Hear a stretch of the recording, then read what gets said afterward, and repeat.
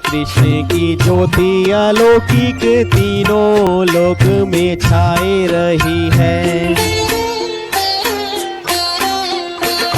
भक्ति विवश एक प्रेम पुजारन फिर भी दीप जलाए रही है।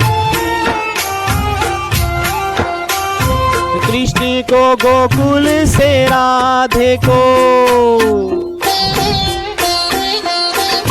कृष्ण को गोकुल से राधे को बरसाने से बुलाए रही है। दोनों करो स्वीकार कृपा कर जोगन आरती गाए रही है। दोनों करो स्वीकार दयानिधि जोगन आरती गाए रही है।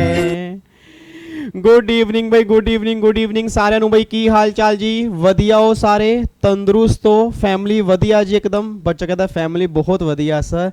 ऐसी फीलिंग आ रही थी जैसे हम ना किसी सत्संग में आ गए हैं। हमें लगा ये कस्टम की क्लास ही है ना, कहीं सर ने सत्संग तो नहीं स्टार्ट कर दिया। फिर हम ढोल की चिमटा लेके आए। कई बच्चे तो कह रहे थे मम्मी फटाफट ढोल की ले आओ, अपना भजन ही स्टार्ट कर देते नालायक बच्चे।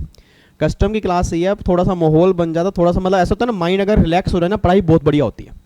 और मुझे ऐसा लगता है कि स्टार्टिंग के क्लास के 2 या 3 मिनट लगते हैं, बट अगर ऐसे ऐसे थोड़ा सा भजन हो जाए, थोड़ा सा मोटिवेशनल सॉन्ग हो जाए ना, पूरी क्लास बढ़िया रहती है मेरी तो। मुझे नहीं पता आपके में भी आपके 2-3 मिनट वेस्ट हो गए हों, उसके लिए मैं सॉरी बोलूंगा, बट वाकई जो बच्चा सही ढंग से अगर सुन रहा होगा ना, नज़ारे आ गए होंगे जी। ठीक है, चलो इधर सुनना ध्यान से। तो फाइनली आज हमारी कस्टम की क्लासेस स्टार्ट हो रही हैं जी। अब मैं एक बार पहले कुछ बातें हैं बेसिक, सारे बच्चे अभी से नोट कर लेना, ताकि बिना बात के चैट बॉक्स में फिजूल की चैटिंग ना हो, क्योंकि मुझे पता है कि आपने आधे बच्चों ने चैट में टाइम वेस्ट करना है जी। उम्मीद करूंगा मेरी फैमिली का सिंगल बच्चा भी चैट बॉक्स में टाइम वेस्ट नहीं करेगा इन बातों को लिखने के बाद। सबसे पहली बात कि ये क्लासेस जो होंगी वो एग्जीक्यूटिव प्रोफेशनल दोनों के लिए होंगी। हम क्लासेस डिटेल में करेंगे जी, हम क्लासेस डिटेल में करेंगे। हर क्लास अप्रोक्सीमेट 1.5 घंटे की होगी। मैं आपको बार बार कह रहा हूं जी, इन क्लासेस के बाद ना कस्टम में कहीं से भी क्वेश्चन बन जाएगा, इतनी मेरी गारंटी है। सिंगल क्वेश्चन भी गलत नहीं होगा। आने वाली पहली 5 या 6 क्लास जो होंगी वो एग्जीक्यूटिव प्रोफेशनल दोनों के लिए होंगी। 6 क्लास के बाद जो अगली 4 क्लास होंगी वो सिर्फ प्रोफेशनल वाले बच्चों के लिए होंगी।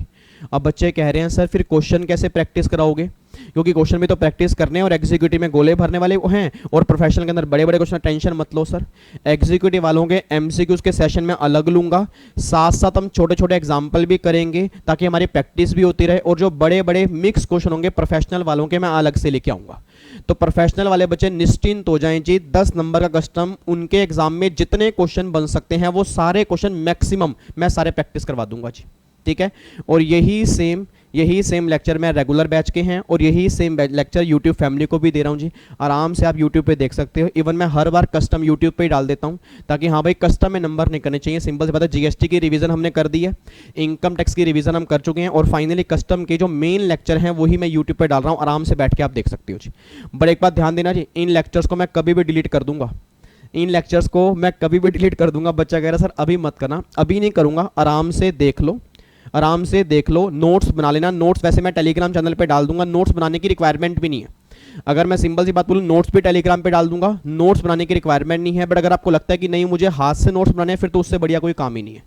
ठीक है, सबसे बेस्ट होता है हाथ से नोट्स बनाना। बट अगर आप नहीं चाहते कोई दिक्कत नहीं है, नोट्स मैं सारे दूंगा, उसका प्रिंट आउट आप निकाल सकते हो। और जो क्लास नोट्स होंगे वही सफिशिएंट होंगे, वही एग्जॉस्टिव होंगे। आपको दिखा दूंगा सिंगल क्वेश्चन जो होगा वो उसके अंदर से ही बनेगा जी। ठीक है, बाकी क्लास नोट्स के अलावा मैं कुछ आपको अलग से भी नोट्स दूंगा। एग्जीक्यूटिव के अलग होंगे, प्रोफेशनल के अलग होंगे, उसको आप रीडिंग भी कर सकते हो जी। ठीक है, और वो भी नोट्स कहाँ पे आएंगे? टेलीग्राम चैनल पे। तो टेंशन मत लेना सर, अब लगातार 10 दिन क्लास आएगी। एग्जीक्यूटिव वाले आज हमारी 12 तारीख है, तो 16 या 17 तारीख को ही फ्री हो जाएंगे और जो प्रोफेशनल वाले बच्चे होंगे 21 या 22 तारीख को फ्री हो जाएंगे जी। ठीक है, और चाहे वो अगस्त वाले बच्चे हों चाहे वो दिसंबर वाले बच्चे हों, दोनों में सेम कस्टम है, क्योंकि कस्टम के अंदर ज़्यादा अमेंडमेंट आई नहीं है, तो दोनों बच्चे सेम कस्टम देख सकते हैं, उसमें कोई दिक्कत नहीं है। और मैं इतनी गारंटी दे रहा हूँ, जिस दिन मेरे 10 लेक्चर खत्म होंगे प्रोफेशनल वाले बच्चे और जिस दिन 6 लेक्चर मेरे खत्म होंगे एग्जीक्यूटिव वाले बच्चे, आप कस्टम का कोई क्वेश्चन कर लेना, आप मुझे दिखा देना कि सर ये क्वेश्चन सोल्व नहीं हो रहा जी। ठीक है, जबरदस्त तरीके से करेंगे, बहुत बढ़िया तरीके से करेंगे, बिल्कुल बेसिक से लेके चलूंगा, उस मुकाम तक लेके जाऊंगा। आप वाकई कहोगे सर कस्टम पढ़ने के अंदर मजा आ गया। और बिल्कुल प्रैक्टिकल लाइफ, मतलब कोई थियोरेटिकल बात ही नहीं, बिल्कुल प्रैक्टिकल छोड़ के चलेंगे। जैसे जैसे आप सोचोगे ना वैसे वैसे प्रोविजन हमारे बने हुए हैं जी। ठीक है जी, स्टार्ट करें। पक्का पक्का। लो जी इधर देखो ध्यान से जी, अब प्लीज़ बातचीत नहीं करनी जी। ये नोट्स वैसे मैंने टेलीग्राम पे डाल दिए थे जी, ये नोट्स मैंने टेलीग्राम पे डाल दिए थे। ये नोट्स आप टेलीग्राम से डाउनलोड कर सकते हो जी, ईजिली डाउनलोड हो जाएंगे, प्रिंट आउट भी निकल जाएंगे, कोई मैंने इसके ऊपर कोड नहीं लगाया, आराम से आप डाउनलोड करके इसको अपने पास रख सकते हो जी। ठीक है, इधर सुना ध्यान से जी। आओ जी, कस्टम की क्लास नंबर 1 हम स्टार्ट करने जा रहे हैं। बिल्कुल बेसिक से लेके चलेंगे, बिल्कुल जीरो से लेके चलेंगे जी। हमें कस्टम के बारे में अभी इसका कुछ भी नहीं पता, बिल्कुल स्टार्टिंग से लेके चलेंगे और कस्टम की सारी बातें जो है डिटेल में करके चलेंगे जी। इधर सुना, मैं ध्यान से कहना क्या चाह रहा हूँ सर, अब आपके सामने ना यहाँ पे एक वर्ड मैंने लिखा है कस्टम लो, आपके सामने मैंने एक वर्ड लिखा है कस्टम लो। अब जो प्रोफेशनल वाले बच्चे होंगे मे बी उन्होंने एग्जीक्यूटिव में नाम सुना होगा अगर उनका न्यू सिलेबस था, अगर ओल्ड सिलेबस था तो आपने पहली बार सुना होगा, और जो एग्जीक्यूटिव वाले बच्चे होंगे उन्होंने पहली बार नाम सुना होगा कस्टम, क्योंकि इनकम टैक्स की सारी बातें कर चुके हैं, जीएसटी की सारी बातें कर चुके हैं। कस्टम के बारे में आज हम जानना चाह रहे हैं। इतनी बात तो पहले समझ लो कि कस्टम जो है ना वो हमारा डायरेक्ट टैक्स नहीं है, इनडायरेक्ट टैक्स है। याद करो सर, जब मैंने टैक्स का रेगुलर बैच हमने स्टार्ट किया था, क्योंकि सेम क्लास रेगुलर बैच वालों के पास जाएगी, सेम यूट्यूब पे होगी, क्योंकि डिटेल क्लास है, कोई रिवीजन क्लास नहीं है, मस्त तरीके से करेंगे, जबरदस्त तरीके से करेंगे जी। ठीक है, इधर सुना, मैं ध्यान से कहना क्या चाह रहा हूँ जी। याद करो, जब हमने अपना टैक्स का बैच स्टार्ट किया था, आपको मैंने कहा था कि टैक्स आपका दो तरह का होगा, डायरेक्ट होगा और इनडायरेक्ट होगा। डायरेक्ट टैक्स में इनकम टैक्स कवर होगा जो हमारा कंप्लीट हो गया। इनडायरेक्ट टैक्स में दो टैक्स हमारे कवर होंगे, एक तो जीएसटी कवर होगा और एक कस्टम कवर होगा। अब जीएसटी भी आपका इनडायरेक्ट टैक्स होगा और कस्टम भी जो होगा वो आपका इनडायरेक्ट टैक्स होगा। अब एक बात मैंने सोच के बताना सर, जो जीएसटी हमने कंप्लीट किया था, जीएसटी की फुल फॉर्म क्या थी? एक बार चैट बॉक्स में लिखना जीएसटी की फुल फॉर्म क्या थी। एक बार चैट बॉक्स में जीएसटी की फुल फॉर्म लिख दो, बस फुल फॉर्म क्या थी जीएसटी की फुल फॉर्म बताना एक बार मुझे। बहुत बढ़िया जी, बच्चे कह रहे हैं sir goods and service tax. Goods and service tax थी या गुड्स एंड सर्विसेज टैक्स थी? सर जीएसटी की फुल फॉर्म थी goods and services tax. It means अगर मैं जीएसटी की बात करूंगा तो जीएसटी की फुल फॉर्म हमारी क्या थी? Goods and services tax.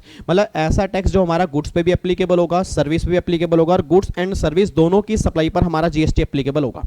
But अगर मैं कस्टम की बात करूंगा ना, तो पहली बात तो ये समझ लो कि कस्टम जो है वो सिर्फ गुड्स पे एप्लीकेबल होगा, सर्विस पे एप्लीकेबल नहीं होगा। इट मीन्स जो भी बातें सर्विस की होंगी, सर्विस वाले केस में अगर बातें होंगी तो जीएसटी की होंगी, गुड्स वाले केस के अंदर बातें जीएसटी की भी होंगी और कस्टम की भी होंगी। तो पहली बात तो ये समझो, मान लो हमारे एग्जाम में अगर क्वेश्चन बन जाता है कि भैया कस्टम लो जो है वो किस पे एप्लीकेबल होगा, सिंपल सी बात है, कस्टम जो है वो गुड्स पे एप्लीकेबल होगा, सर्विस की बात नहीं होगी। बच्चा कहता है सर बट अगर मान लो सर्विस हमने इंपोर्ट की होगी या सर्विस हमने एक्सपोर्ट की होगी तो उस केस में कस्टम ड्यूटी नहीं लगेगी। Answer is no. अगर आपने गुड्स इंपोर्ट किया होगा, अगर आपने गुड्स एक्सपोर्ट किया होगा, उस केस में कस्टम की बातें हो सकती हैं, सर्विस वाले केस में कस्टम की बातें नहीं होंगी। अच्छा एक बात और समझना जी, जो बच्चे एग्जीक्यूटिव के मेरे सामने बैठे हैं ये समझ ले आपके एग्जाम में 5 या मैक्सिमम 6 क्वेश्चन बनेंगे कस्टम के, और जो प्रोफेशनल वाले बच्चे सामने बैठे हैं, मेजर बच्चा मैं उम्मीद करूंगा न्यू सिलेबस वाला बैठा होगा, उसमें 10 नंबर का कस्टम है जी, 10 नंबर का फिक्स है, और 2 क्वेश्चन किस चैप्टर से बनने वो भी फिक्स है जी। वैसे आपके चैप्टर कई सारे दिए हैं बट 2 चैप्टर ऐसे हैं, एक तो हो गया वैल्यूएशन का, टाइप्स ऑफ ड्यूटी का, इंपोर्ट एक्सपोर्ट प्रोसीजर का। ये 3 चैप्टर में से एक क्वेश्चन मिक्स होकर बनता है तो कंफर्म है, और दूसरा क्वेश्चन जो बनेगा वो बनेगा ड्यूटी ड्रॉबैक का या बैगेज का, यहां सेकंड क्वेश्चन बनेगा, और यही सेम एग्जीक्यूटिव के मेन चैप्टर है। ठीक है, तो एग्जीक्यूटिव प्रोफेशनल का दोनों का ऑलमोस्ट सिलेबस सेम है। फर्क क्या है कि एग्जीक्यूटिव के अंदर गोले भरने वाले हैं, प्रोफेशनल के अंदर बड़े बड़े क्वेश्चन हैं, और दूसरा फर्क यह है कि एग्जीक्यूटिव में थोड़े से चैप्टर कम है in comparison to professional. Professional में कुछ चैप्टर ज्यादा है जिसको हम अलग से करेंगे जी। ठीक है, अब यहाँ पे ये बात तो क्लियर हो गई भाई, कस्टम का मतलब क्या होगा? Import export. इंपोर्ट एक्सपोर्ट पे लगेगा, बट इंपोर्ट एक्सपोर्ट के गुड्स मतलब गुड्स के इंपोर्ट एक्सपोर्ट पे लगेगा, सर्विस के ऊपर कोई भी कस्टम ड्यूटी की बातें नहीं होंगी। अब सर एक बात मैंने सोच के बताओ जी, आपको मैंने पहले भी कहा था कि जब हमने जीएसटी और इनकम टैक्स स्टार्ट किया कि इंडिया के संविधान में ना, इंडिया के संविधान में टोटल मिला के आपकी 3 लिस्ट होती हैं। एक तो यूनियन लिस्ट होगी, स्टेट लिस्ट होगी, कंकरेंट लिस्ट होगी। यूनियन लिस्ट पे लॉ बनाने वाली कौन होगी? पार्लियामेंट होगी। स्टेट लिस्ट पे लॉ बनाने वाली कौन होगी? स्टेट असेंबली होगी। कंकरेंट पे बनाने वाली कौन होगी? दोनों होंगी, और जहां दोनों होंगी वहां प्रीवेल कौन करेगी? पार्लियामेंट। ये बात भी क्लियर है। अब गवर्नमेंट ये बात कहती है कि कस्टम जो है ना वो लिस्ट 1 की एंट्री 83 में कवर है। याद करो, आपको मैंने पहले भी कहा था कि कस्टम ड्यूटी हो गया, एक्साइज हो गया, ये दोनों के दोनों लिस्ट 1 में है। इनकम टैक्स भी लिस्ट 1 में है, बट इनकम टैक्स में सारा कुछ लिस्ट 1 में नहीं है। टैक्स ऑन एग्रीकल्चर इनकम जो होगा वो लिस्ट 2 की एंट्री 46 में कवर है। याद करो सर, एंट्री नंबर 82 जो हमने इनकम टैक्स की पढ़ी थी, वहां पे लाइन क्या लिखी थी, taxes on income other than agriculture income, मतलब एग्रीकल्चर इनकम लिस्ट 2 में कवर होगा, उस इनकम को छोड़ के बाकी जो भी इनकम होगी वो सारी की सारी 82 में कवर होगी, ये बात ध्यान दो। फिर 83 हमारी कस्टम ड्यूटी की है, लॉ बनाने वाली कौन है, पार्लियामेंट है। 84 हमारी एक्साइज ड्यूटी की है। बच्चा कह रहा है सर एक्साइज तो खत्म हो चुकी है, आंसर इज नो। आज टबैको और टबैको बेस्ड प्रोडक्ट जो होते हैं उस पर एक्साइज ड्यूटी लगती है। इवन आपको जानकारी के लिए बता दूं सर, आज एक्साइज ड्यूटी टबैको पे भी है, और even alcoholic liquor for human consumption जो है उस पर भी आपकी स्टेट एक्साइज ड्यूटी लगती है। तो कभी ये मत कहना कि एक्साइज लॉ खत्म हो गया, एक्साइज लॉ आज भी है। 5 पेट्रोलियम प्रोडक्ट, जो आपके 5 पेट्रोलियम प्रोडक्ट हैं उस पर भी जीएसटी एप्लीकेबल नहीं हो रहा। तो एप्लीकेबल क्या होगा, वैट एप्लीकेबल होगा, सीएसटी एप्लीकेबल होगा, एक्साइज एप्लीकेबल है, जो भी आपके ओल्ड टैक्स होंगे वो तो एप्लीकेबल होंगे ना। तो सिंपल सी बात आप ये कह सकते हो कि सर एक्साइज हमारे सिलेबस में नहीं है, बट एक्साइज पूरा ही खत्म हो गया जीएसटी आने के बाद, वो भी बात सही नहीं है, क्योंकि टबैको पे आज एक्साइज ड्यूटी भी है, जीएसटी भी है, देयर इज डबल टैक्सेशन। ठीक है, तो बस हाँ सिंपल सी बात ध्यान देना कि ये जो हमारे टैक्स है ना ये लिस्ट 1 में है, ऐसे कस्टम ड्यूटी जो होगी वो भी हमारी लिस्ट 1 में कवर होगी, और एंट्री नंबर 83 में लॉ को बनाने वाली कौन होगी, पार्लियामेंट। बस ये बात ध्यान दो जी, ये बेसिक बातें क्लियर हो गई। अच्छा अब सुना, मैं ध्यान से कहना क्या चाह रहा हूँ। अब इस कस्टम लॉ को थोड़ा सा स्टार्ट करने से पहले ना एक बात मुझे बताना सर, कस्टम का मतलब क्या होता है। मतलब कस्टम लॉ जो है ना, ये मत सोचना कि अभी अभी आया, मतलब कस्टम लॉ पुराने ज़माने से चलता हुआ आ रहा है सर। उम्मीद करूंगा मेरी फैमिली के सारे बच्चों ने महाभारत देखी होगी, रामायण आपने देखी होगी, मतलब देवों के देव महादेव, उसकी चलो उसके अंदर नहीं, बट रामायण महाभारत के अंदर आपने ये बात जरूर देखी होगी कि पुराने ज़माने में होता क्या था। नॉर्मली पुराने ज़माने के अंदर क्या होता था कि एक राजा जब दूसरे राजा के मतलब वहाँ जाता था तो कुछ ना काफ़ी सारा सामान लेके जाता था।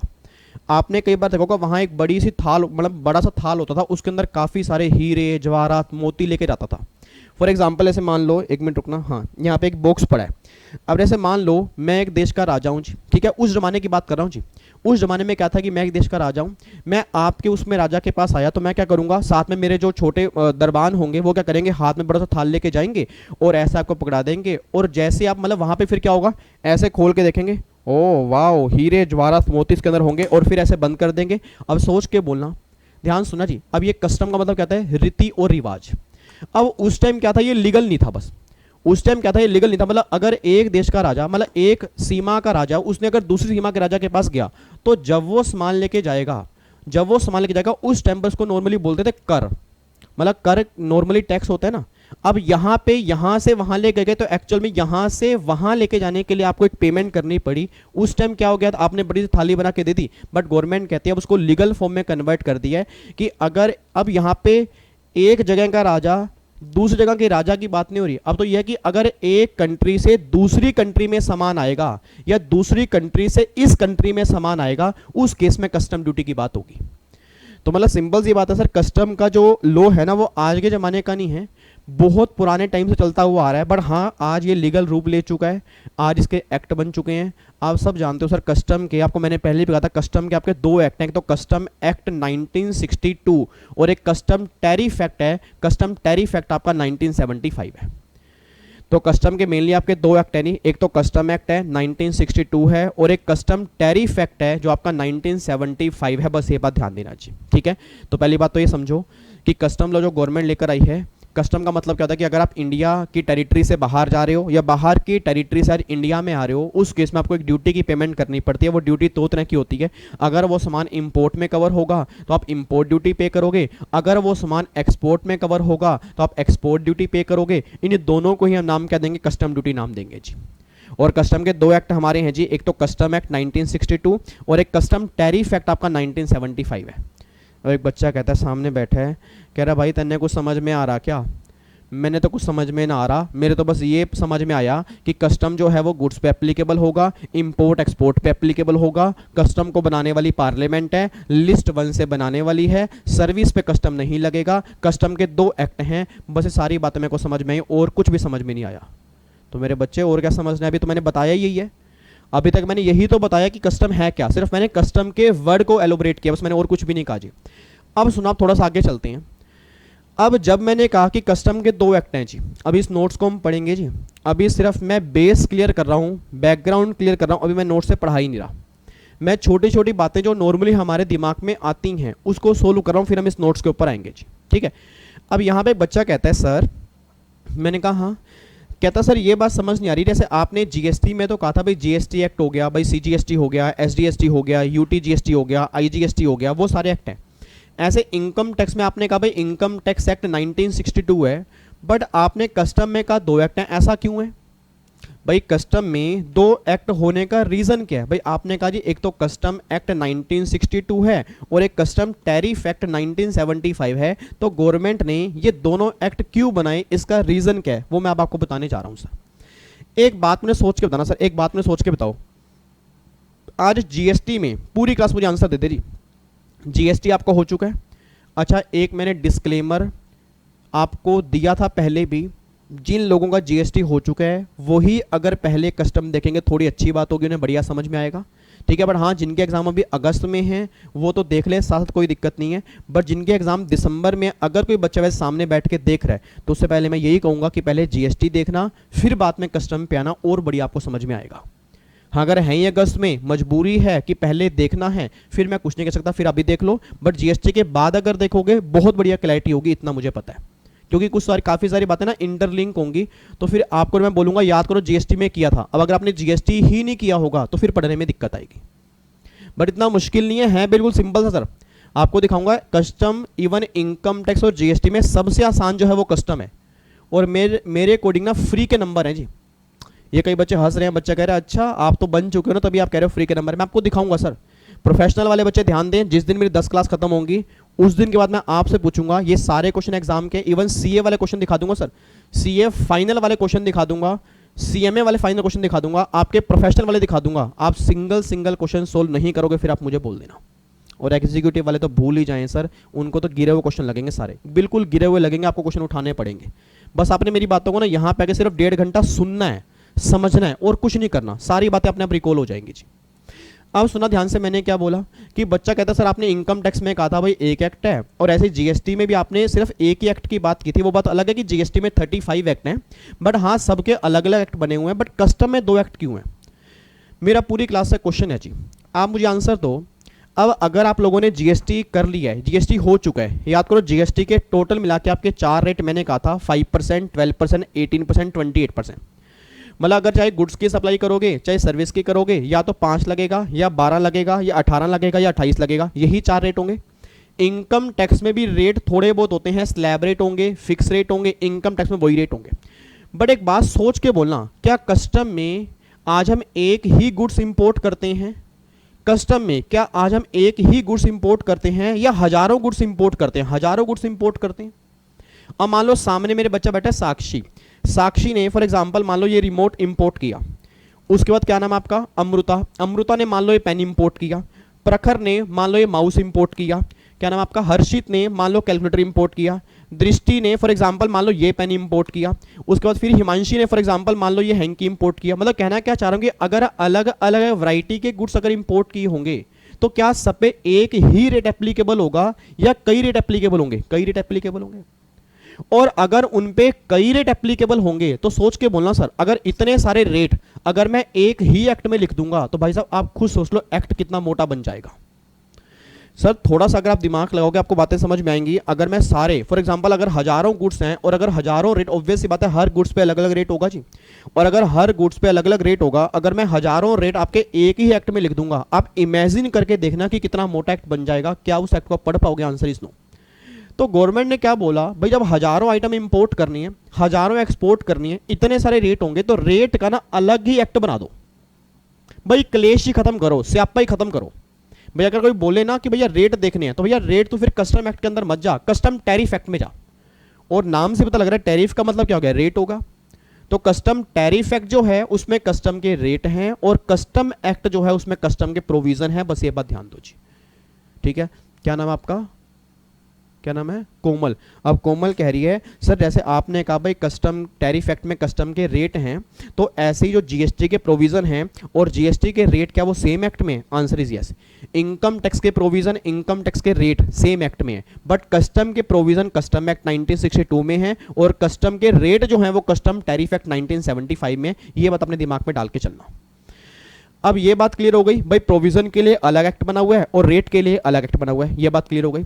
फिर दूसरा दिमाग में डाउट ये आता है, भाई आज हम सामान इंपोर्ट भी करते हैं, आज हम सामान एक्सपोर्ट भी करते हैं। अब इंपोर्ट पे अलग रेट एप्लीकेबल होंगे, एक्सपोर्ट पे अलग रेट एप्लीकेबल होंगे। क्या मेरी फैमिली का सिंगल बच्चा बता सकता है कि गवर्नमेंट ज्यादा टैक्स किस पे लगाएगी? सर आपको मैंने गवर्नमेंट का एक थंब रूल बताया था जी, आपको मैंने गवर्नमेंट का एक थंब रूल याद करवाया था कि export the goods not the taxes, import the goods higher the taxes. मैंने कहा था export the goods not the taxes, import the goods higher the taxes. मतलब अगर इंपोर्ट करोगे तो टैक्स ज्यादा लगाने की कोशिश करेंगे, एक्सपोर्ट करोगे टैक्स नहीं लगाएंगे या लगाएंगे तो बहुत कम टैक्स लगाएंगे। रीजन बीइंग क्योंकि एक्सपोर्ट करने से बाहर का पैसा इंडिया में आएगा और जितना फॉरेन रिजर्व इंडिया में आएगा उतना इंडिया ग्रो करेगा। तो तभी गवर्नमेंट, याद करो आपको मैंने जीएसटी के अंदर भी कहा था, एक्सपोर्ट को बोलते हैं zero rated supply. It means export वाले केस में हम टैक्स चार्ज नहीं करेंगे, इंपोर्ट वाले केस में टैक्स हम चार्ज करेंगे। तो सबसे मेन मुद्दा ही निकल के आ रहा है कि अगर इंपोर्ट वाले केस में टैक्स है और एक्सपोर्ट वाले केस में टैक्स नहीं है या टैक्स है तो बहुत कम टैक्स है, तो क्या फिर दोनों के रेट गवर्नमेंट ने मिक्स किए हुए हैं? गवर्नमेंट कहती नहीं भैया, भूल के भी ऐसा नहीं हमने किया। अब गवर्नमेंट कहते हैं कि जो तुम्हारा टैरिफ एक्ट है ना, जो तुम्हारा टैरिफ एक्ट है, उस टैरिफ एक्ट में 2 शेड्यूल है। सर बहुत ध्यान सुनना जी, लेट्स टेक एन एग्जांपल, मेरी फैमिली का बच्चा बस ये बात ध्यान दे। फॉर एग्जांपल जैसे मान लो मेरे पास टैरिफ एक्ट है, मेरे पास मेरे बच्चे, मान लो मैं वो कैसे बताऊं जी, एक मिनट रुकना। मेरे पास मान लो ये एक बुक है, ये टैरिफ एक्ट है, ये बुक बंदा है टैरिफ एक्ट है। अब जब मैं इस टैरिफ एक्ट को ओपन करूंगा ना, इसमें 2 शेड्यूल मुझे दिखेंगे, शेड्यूल 1 और शेड्यूल 2। याद करो इंडिया के संविधान में टोटल मिला के 7th शेड्यूल है, 7 शेड्यूल है, उसमें 7th में यूनियन लिस्ट है, स्टेट लिस्ट है, कॉन्करेंट लिस्ट है। ऐसे ही गवर्नमेंट कह रही है इस टैरिफ एक्ट में 2 शेड्यूल हैं, शेड्यूल 1 शेड्यूल 2। शेड्यूल 1 में जो रेट होंगे ना वो इंपोर्ट ड्यूटी के रेट होंगे। इट मींस अगर कभी तुम्हें प्रैक्टिकल लाइफ में इंपोर्ट ड्यूटी के रेट देखने हैं तो तुम क्या करोगे, कस्टम टैरिफ एक्ट के शेड्यूल 1 में जाओगे, उसमें सारे इंपोर्ट ड्यूटी के रेट होंगे। और अगर तुम्हें एक्सपोर्ट ड्यूटी के रेट देखने हैं, वैसे एक्सपोर्ट पे रेट है नहीं, बहुत कम टैक्स है, बट जिन जिन पे भी एप्लीकेबल है, आज कुछ नेगेटिव गुड्स हैं, फॉर एग्जांपल लेदर हो गया और स्टील हो गया, इस पे एक्सपोर्ट ड्यूटी लगती है। तो कई गुड्स हैं बट बहुत कम है, इंपोर्ट के कंपैरिजन में आप ये लगा लो 5% भी नहीं होंगे। जितने इंपोर्ट के गुड्स होंगे उसके कंपैरिजन में 5% भी नहीं होंगे, बट 5% तो है ना। तो गवर्नमेंट ने क्या बोला, वो 5% जो वो शेड्यूल 2 में दिए हुए हैं। तो अगर एक्सपोर्ट ड्यूटी के रेट जानने हैं तुम शेड्यूल 2 के पास जाओगे, इंपोर्ट के रेट जानने हैं शेड्यूल 1 के पास जाओगे। ये बात क्लियर हो गई जी। तो शेड्यूल 1 को नॉर्मली हम बोलते हैं इंपोर्ट टैरिफ रेट। क्या बोलते हैं, दोबारा बोलो, चैट बॉक्स में लिखो, इंपोर्ट टैरिफ रेट। इसको हम क्या बोलेंगे, एक्सपोर्ट टैरिफ रेट बोलेंगे। बस ये बात ध्यान दो जी। यहां तक क्लियर हो गया? आपने अगर देखा होगा मैंने अभी तक सिंगल नोट्स भी नहीं पढ़ाया जी, अभी तक नोट्स में से रीडिंग मैंने ली नहीं है। मुझे पहले आपके दिमाग में ये डालना है कि जो हम आज कस्टम लॉ पढ़ने जा रहे हैं, क्योंकि आज हमारी पहली क्लास है सर, हमें कस्टम में कुछ पढ़ना भी नहीं है और हमें एक तरह से सारा कस्टम भी आज पढ़ लेना है। आज मैं पूरे कस्टम की जर्नी करा दूंगा कि पूरे कस्टम में पढ़ेंगे क्या, और एक्चुअल में कस्टम कुछ भी नहीं है सर, मैं सही बता रहा हूँ। कस्टम आपको दिखाऊंगा, जब सारा कस्टम खत्म होगा ना आपको समझ में आएगा कस्टम आपस में जुड़ा हुआ है, ठीक है। बट वो समझ में कब आएगा, पहले बेस क्लियर हो। तो पहली बात मुझे फटाफट से अब 2 मिनट लगा के बताओ जी, अभी तक मैंने कस्टम में क्या क्या बताया जी, जल्दी बोलो, मुझे चैट बॉक्स में लिख के बताओ जी। सबसे पहला क्वेश्चन मेरा क्या है जी, ये बताओ जी, कस्टम जो है वो किस पे लगेगा, लोकल पे लगेगा या इंपोर्ट एक्सपोर्ट पे लगेगा? इंपोर्ट एक्सपोर्ट पे लगेगा। गुड्स पे लगेगा, सर्विस पे लगेगा, दोनों पे लगेगा, सिर्फ गुड्स पे लगेगा? गुड्स पे लगेगा जी। और गुड्स के इंपोर्ट एक्सपोर्ट पे लगेगा जी। और दूसरा, कस्टम में कितने एक्ट बने हैं? 2 एक्ट बने हैं। कौन कौन से? कस्टम एक्ट 1962 और कस्टम टैरिफ एक्ट 1975। अब अगर कस्टम एक्ट 1962 की बात करूंगा, उसमें नॉर्मली मैंने क्या बोला, प्रोविजन है। टैरिफ एक्ट में क्या बोला, रेट है। रेट आपके 2 तरह के होंगे, इंपोर्ट और एक्सपोर्ट। इंपोर्ट वाले शेड्यूल 1 में होंगे, एक्सपोर्ट वाले शेड्यूल 2 में होंगे। ये सारी बातें हमने की हैं। फिर मैंने बोला कस्टम को बनाने वाली कौन है, parliament. Entry number 83 list number 1 से कस्टम का लॉ बना था। ये सारी बातें बस ध्यान देना चाहिए। तो ये सारी बातें आपकी निकल के आ रही हैं, क्लियर है? आओ जी अब एक बार देखते हैं जो हमने नोट्स में लिखा है, इधर देखो ध्यान से। अब यहां पे एक बार चेक करना सर, अब कस्टम लॉ को ना मैंने 2 बॉक्स के अंदर बंद किया हुआ है। हमारे एग्जाम में कस्टम एक्ट नहीं आएगा, चाहे वो एक्जी वाला बच्चा हो चाहे प्रोफेशनल वाला बच्चा हो। हमारे एग्जाम में कस्टम एक्ट नहीं है, हमारे एग्जाम में कस्टम लॉ एप्लीकेबल है। अब लॉज का मतलब क्या होता है कि भैया एक्ट भी कवर होगा। लॉज का मतलब क्या है, एक्ट भी कवर होगा, रूल्स भी कवर होंगे, रेगुलेशंस भी कवर होंगे, नोटिफिकेशंस भी कवर होंगी, सर्कुलर भी कवर होंगे और केस लॉ भी कवर होंगे। सर क्या 6 नंबर में इतना कुछ कवर होगा? आंसर इज यस, बट घबराना मत सर, ये आपस में इंटरलिंक है। और प्रोफेशनल वाले बच्चे भी ध्यान दें, आपस में इंटरलिंक है। एक्ट हो गया, रूल्स हो गया, रेगुलेशन हो गया, नोटिफिकेशन हो गया, सर्कुलर हो गया, केस हो गया, ये आपस में इंटरलिंक है। अब एक्ट की बात मैंने बोली, कस्टम में 2 एक्ट हैं, कौन कौन से? देखो ये कस्टम एक्ट 1962 और custom tariff act 1975। Custom act में मैंने क्या लिखा है? प्रोविजन है। टैरिफ एक्ट में रेट हैं, 2 schedule, schedule 1, schedule 2। Rate of import duty आपके शेड्यूल 1 में है, रेट ऑफ एक्सपोर्ट ड्यूटी जो है वो शेड्यूल 2 में है। अब उसके बाद क्या लिखा है वो भी एक बार छोड़ दो। फिर आ गया रूल्स, आ गया जी, रेगुलेशंस हो गया, नोटिफिकेशन हो गया, सर्कुलर हो गया, केस लॉ हो गया। इसको 1 बाय 1 देखेंगे। बट पहली बात, लॉज का मतलब क्या है कि हमारे सिलेबस में सिर्फ एक्ट कवर नहीं है, हमारे सिलेबस में सब कुछ कवर है। फिर अगर कस्टम की बात करूंगा, देखो कस्टम का मतलब मैंने क्या लिखा है?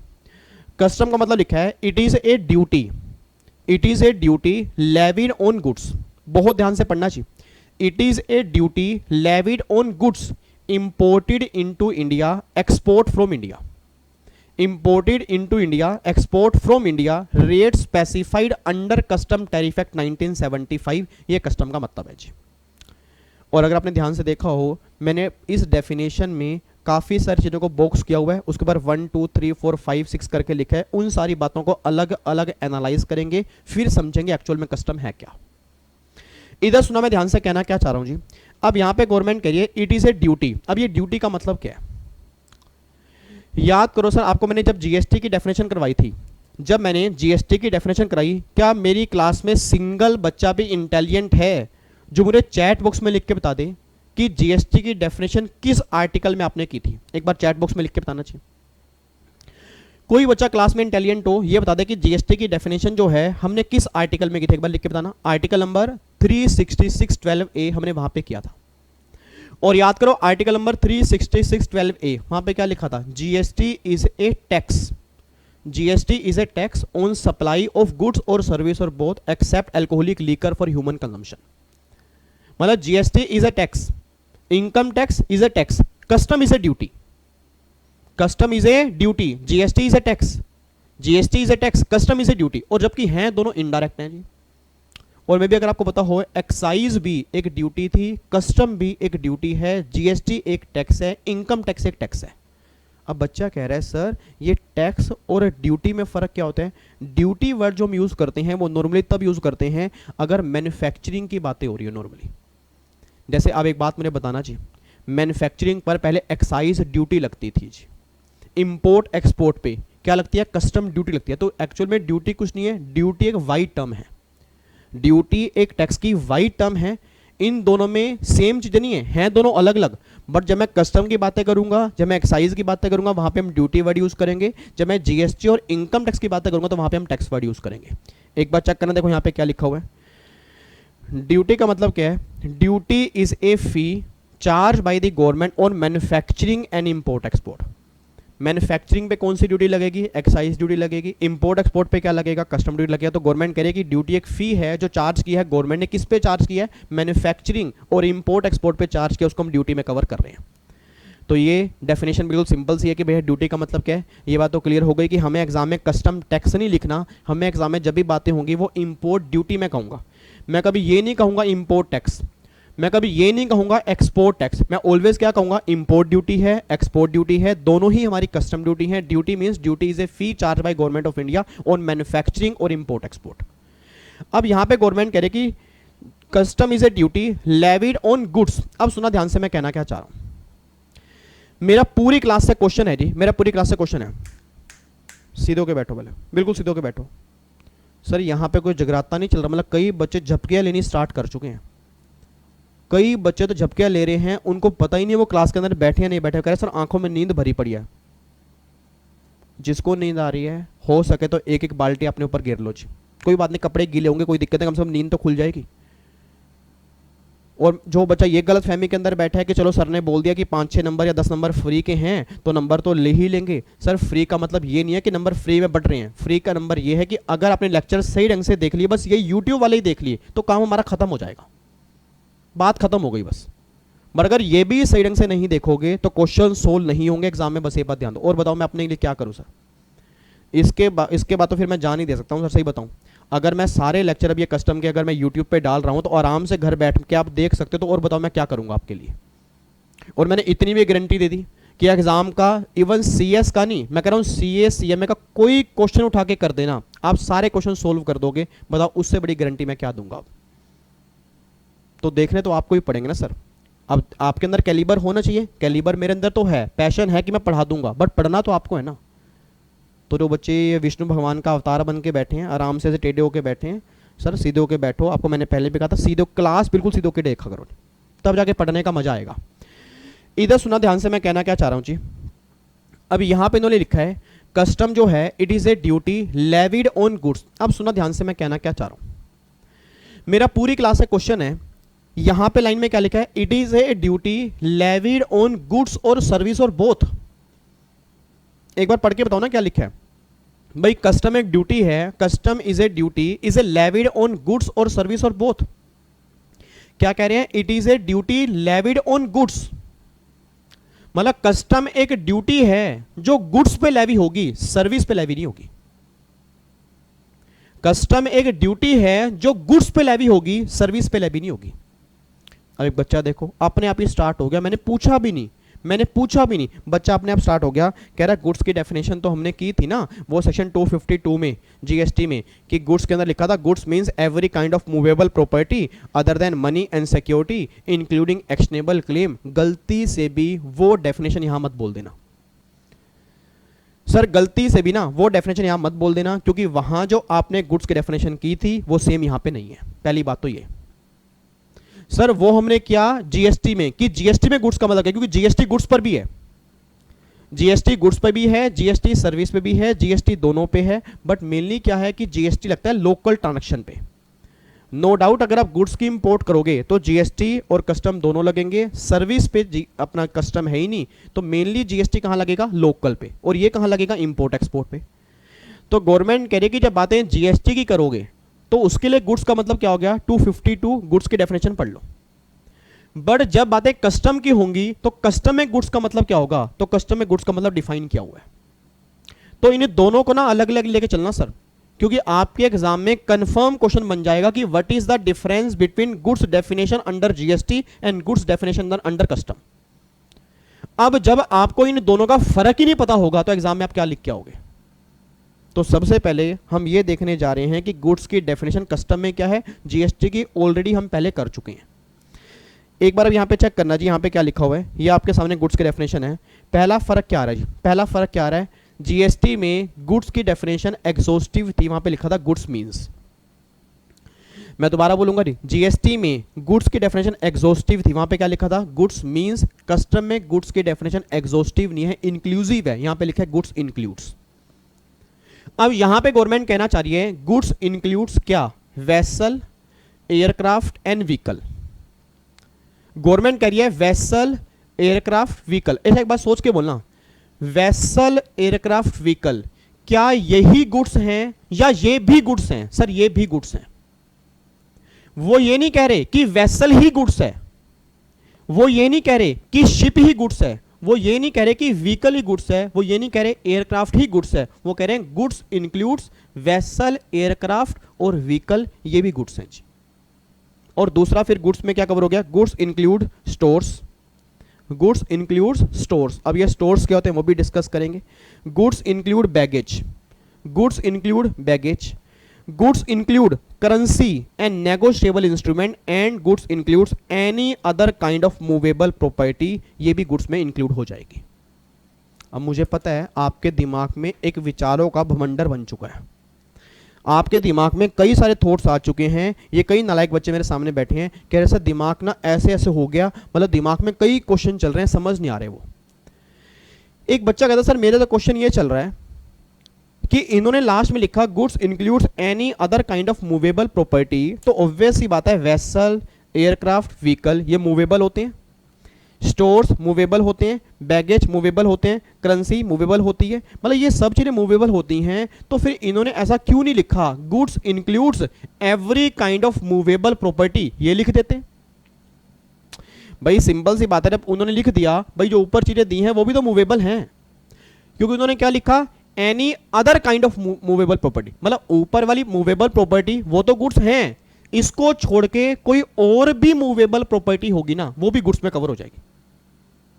तो पहली बात तो इस लाइन से ये क्लियर हो गया कि ऊपर वाली भी मूवेबल है।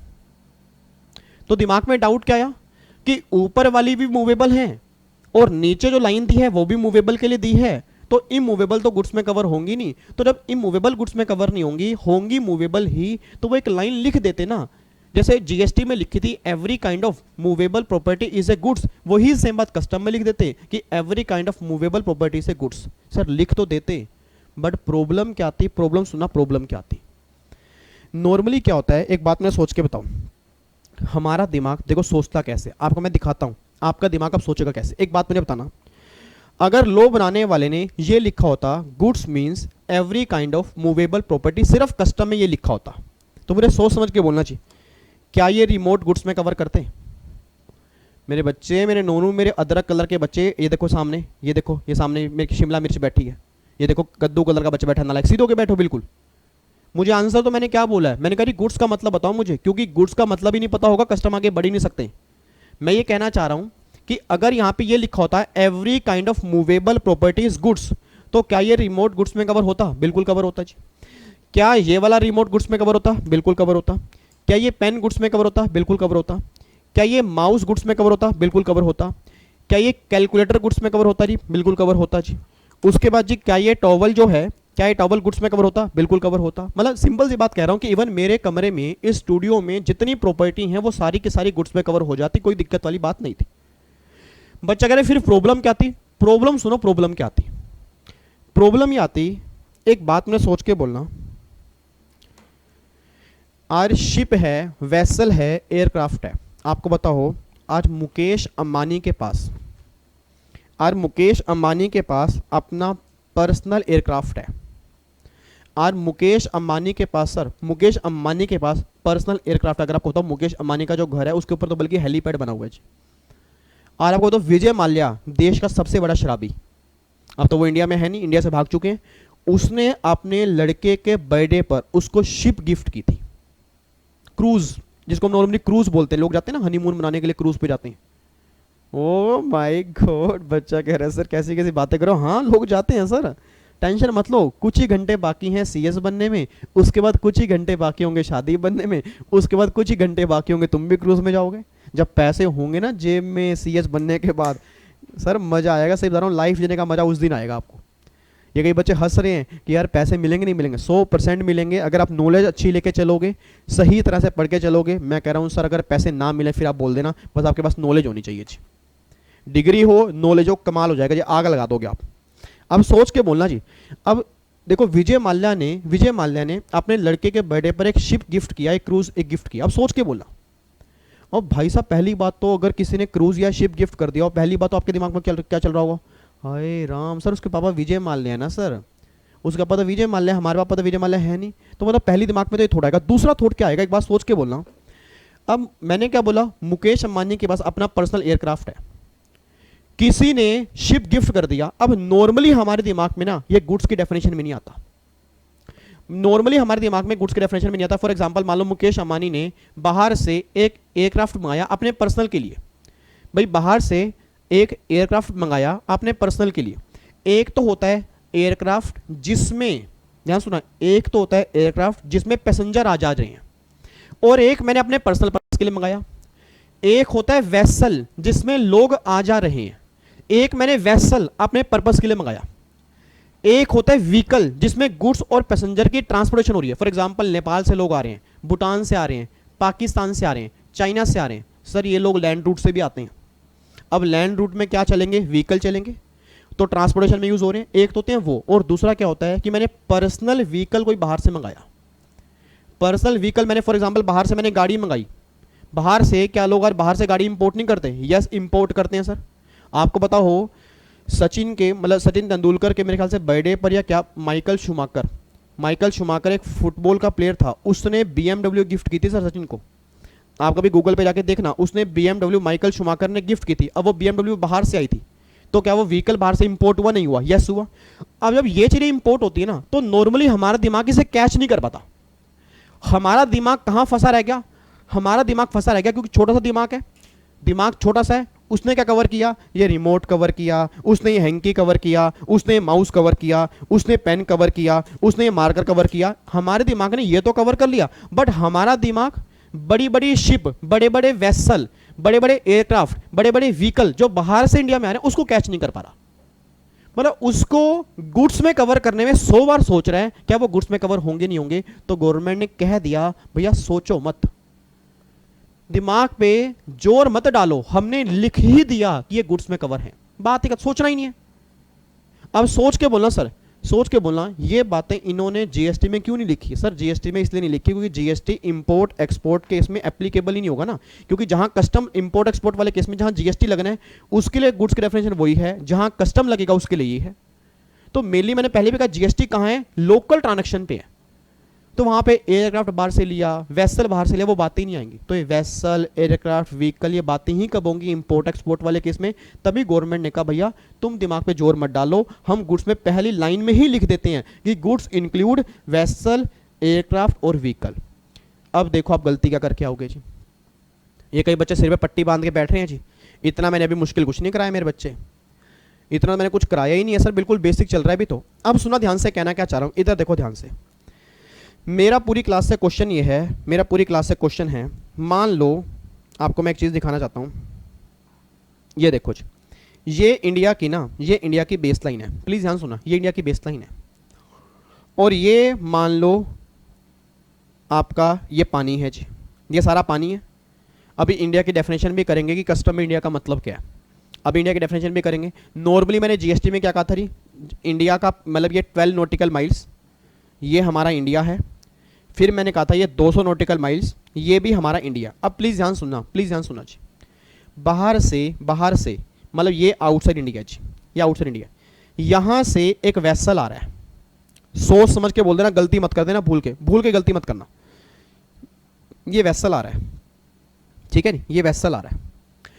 अब ये वेसल जो है ना बाहर से गुड्स लेके आ रहा है, इसमें गुड्स हैं, इसमें गुड्स हैं, बाहर से गुड्स लेके आ रहा है। मतलब मैंने कोई सामान बाहर से मंगाया, मैंने कोई सामान बाहर से मंगाया, फॉर एग्जांपल मैंने ये मनाको बिस्किट का पैकेट बाहर से मंगाया। अब बाहर से वेसल जो है इसकी 100 पेटी मैंने मंगाई।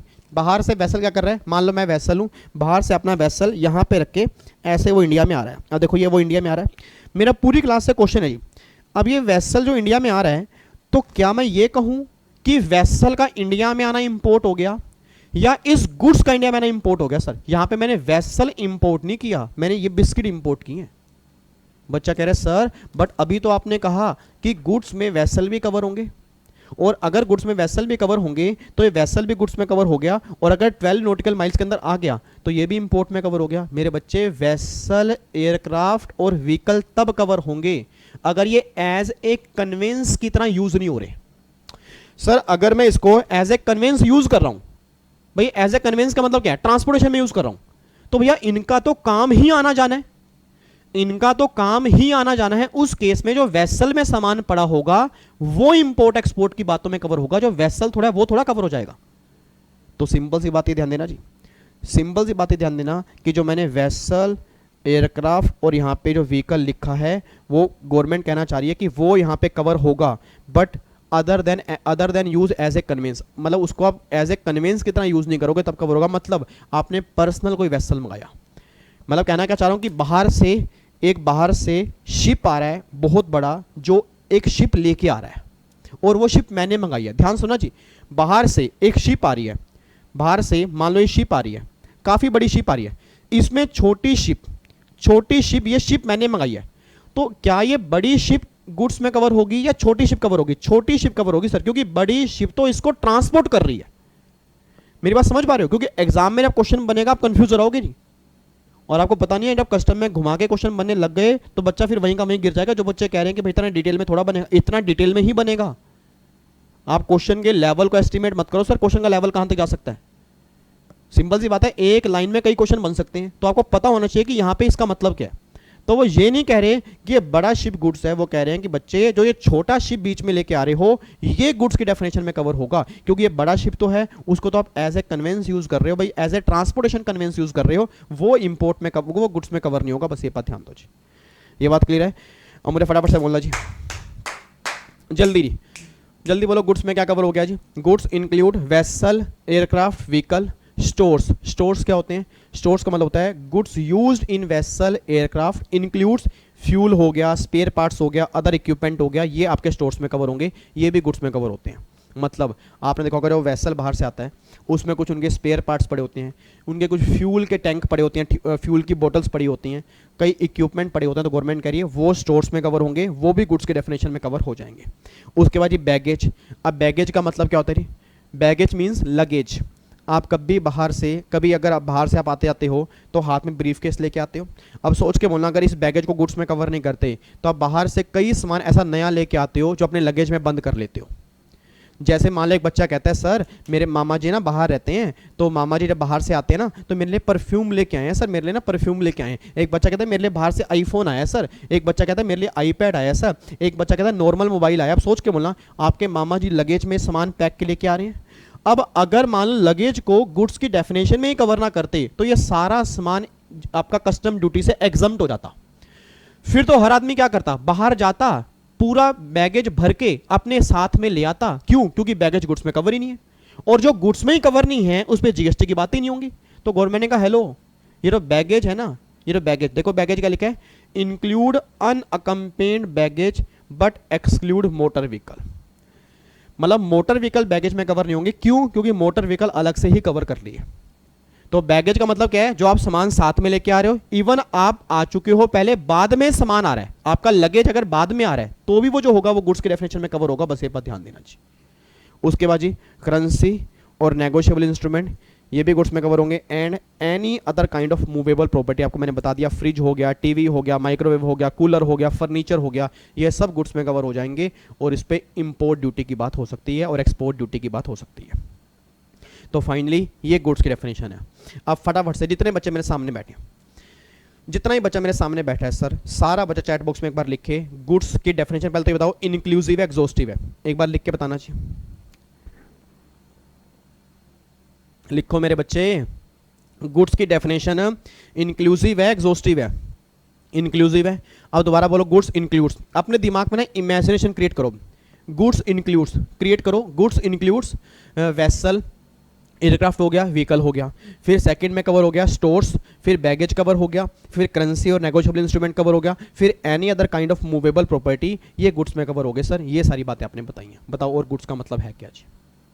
तो ये गुड्स की डेफिनेशन है कस्टम के अंदर जी। ठीक है, अब एक बार वापिस आ जाओ जी, वापिस आओ। अब दोबारा बोलो जी, कस्टम का मतलब क्या है? Custom it is a duty, custom it is a duty levied on goods, levied on goods. अब एक बात मैंने सोच के बताओ जी, एक बात सोच के बताओ, कस्टम ड्यूटी गुड्स पर है। अगर लॉ बनाने वाले ने इतना ही लिखा होता कि it is levied on goods, फिर कंफ्यूजन क्या आती? कंफ्यूजन ये आती कि मान लो ये रिमोट मैंने इंडिया से परचेस किया, ये रिमोट मैंने इंडिया से परचेस किया, ये पेन मैंने इंडिया से परचेस किया, क्या उस पर भी कस्टम ड्यूटी लग जाती? नहीं लग जाती? यस लग जाती। क्योंकि सर अभी तक उसने कहीं नहीं कहा कि अगर ये गुड्स इंपोर्ट एक्सपोर्ट करोगे फिर कस्टम की बातें होंगी। उसने सिर्फ ये कहा कि custom is a duty, it is levied on goods. भाई कस्टम एक ड्यूटी है और वो गुड्स पे एप्लीकेबल होगी। अब गुड्स के क्या होने पर? आगे देखो जी, वो कह रहे हैं it is levied on goods imported into India और एक्सपोर्ट फ्रॉम इंडिया। मतलब कस्टम ड्यूटी गुड्स पे लेविड होगी, बट कब? इंपोर्टेड इनटू इंडिया, मतलब बाहर से कोई भी गुड्स अगर इंडिया में आएगा या इंडिया से कोई सामान बाहर जाएगा उसको हम कस्टम में कवर करेंगे, नहीं तो हम कस्टम में कवर नहीं करेंगे। और ये बात मैंने आपको जीएसटी के अंदर बताई थी जी। जितना बच्चा सामने इस क्लास को देख रहे हैं, चाहे वो मेरे रेगुलर बैच वाला है चाहे वो यूट्यूब वाला है, सारे बच्चों से मेरा क्वेश्चन है, एक बात मैंने सोच के बताना चाहिए। यहां पे गवर्नमेंट कह रही है कि कस्टम पहली बात गुड्स पे लगेगा, सर्विस पे नहीं है। अब गुड्स के क्या होने पर लगेगा? अब वो टैक्सेबल इवेंट की बात कर रहे हैं। गुड्स के क्या होने पर लगेगा? तो गवर्नमेंट ने कहा इंपोर्ट और एक्सपोर्ट, इंपोर्ट और एक्सपोर्ट।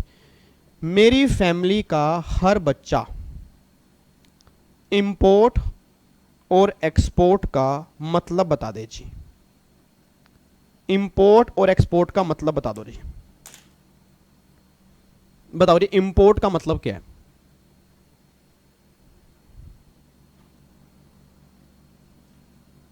बताओ नलायको, कुछ तो हाँ ना कुछ तो बोलो।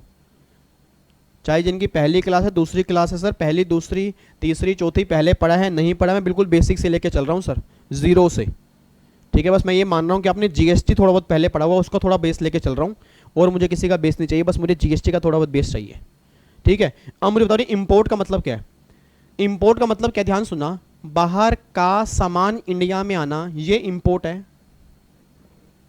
या बाहर से कोई भी सामान इंडिया में आना, ये इंपोर्ट है। बस ये बता दो,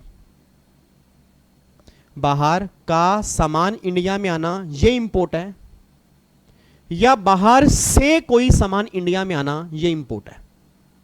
बताओ इंपोर्ट का मतलब क्या है जी, रश्मि आप बताओ इंपोर्ट का मतलब क्या है।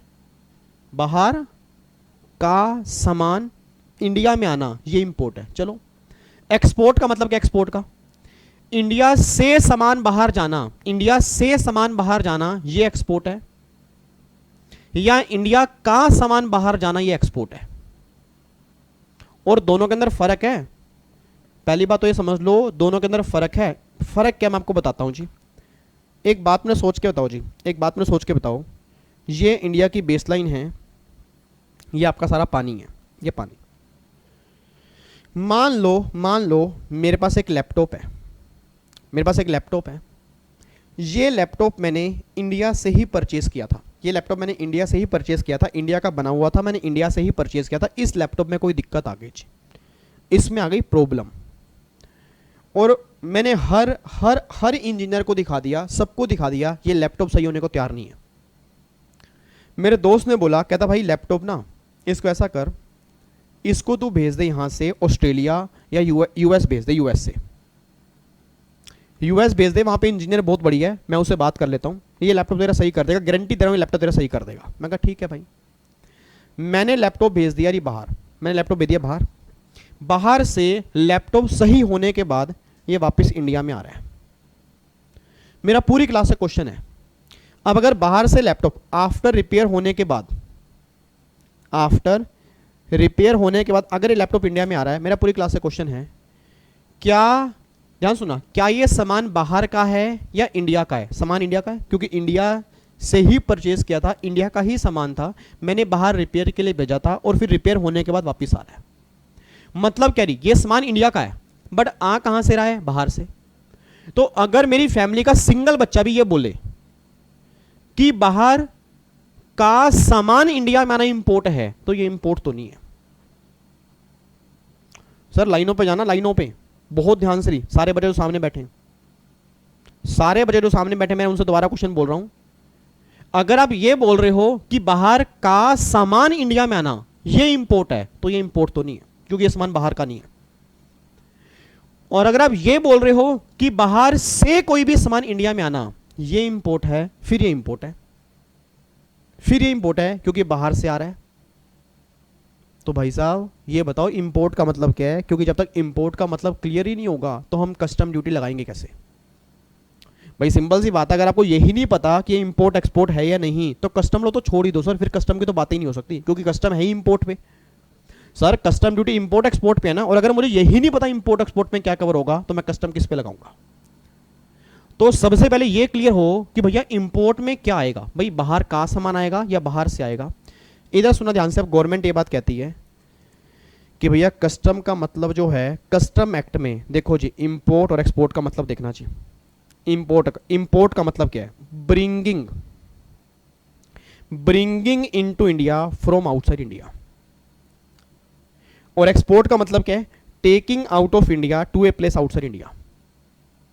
इट मींस इंपोर्ट का मतलब क्या है, ध्यान से देखो री, bringing into India from outside India, मतलब बाहर से कोई भी सामान इंडिया में आएगा वो इंपोर्ट में कवर होगा, चाहे वो बाहर का हो या ना हो। सर एप्रिशिएट करना बात को, एप्रिशिएट करना, अभी नहीं आपको पता, जब क्वेश्चन करोगे तो बहुत बड़ी बातें पता लगेंगी। मैंने क्या बोला, बाहर से कोई भी सामान इंडिया में आएगा वो इंपोर्ट में कवर होगा, चाहे वो बाहर का हो या ना हो। और ऐसे ही इंडिया से कोई सामान बाहर जाएगा वो एक्सपोर्ट में कवर होगा, चाहे वो इंडिया का हो या ना हो। तो पहली बात तो दोनों में से वर्ड यूज हो रहा है, का वर्ड यूज नहीं हो रहा।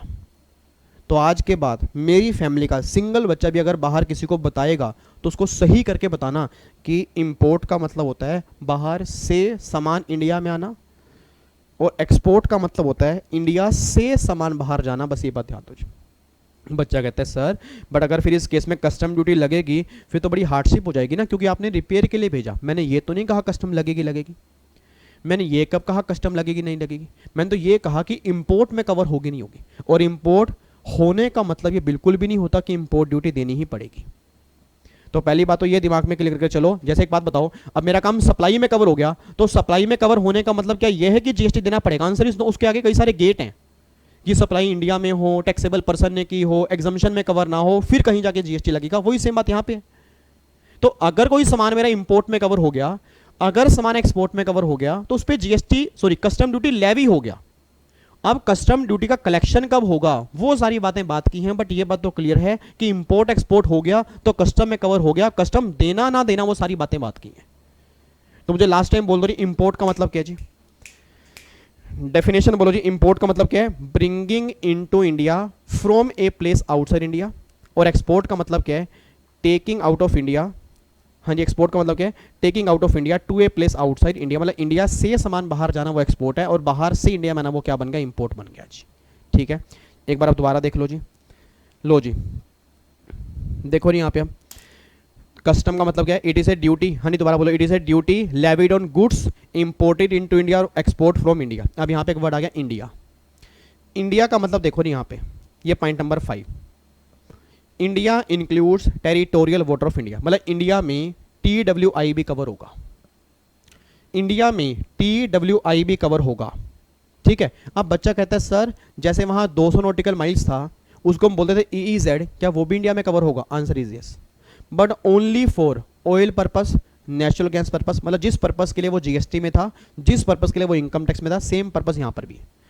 बट यहां पे ना एक और नाम भी है।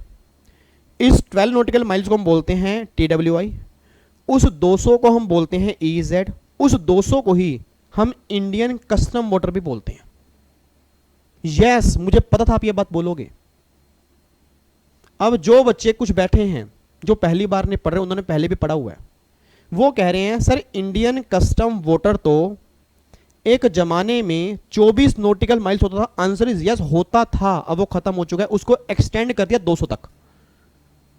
इट मींस अब जो इंडियन कस्टम वाटर है, अब जो इंडियन कस्टम वाटर है, अब वो 200 नॉटिकल माइल्स है बेस लाइन से। बस ये बात ध्यान देना चाहिए। एग्जीक्यूटिव वाले बच्चे ध्यान दें जी, प्रोफेशनल वाले बच्चे इतना ध्यान मत दें, मतलब उनको पता होना चाहिए बट इतने उनके एग्जाम के लिए इतना इंपॉर्टेंट नहीं है। बट एग्जीक्यूटिव वाले बच्चों के एग्जाम में कंफर्म क्वेश्चन बनेगा कि भैया जो इंडियन कस्टम वाटर है वो बेस लाइन से कितने नॉटिकल माइल्स है? 200, और 12 से कितने नॉटिकल माइल्स है? 188।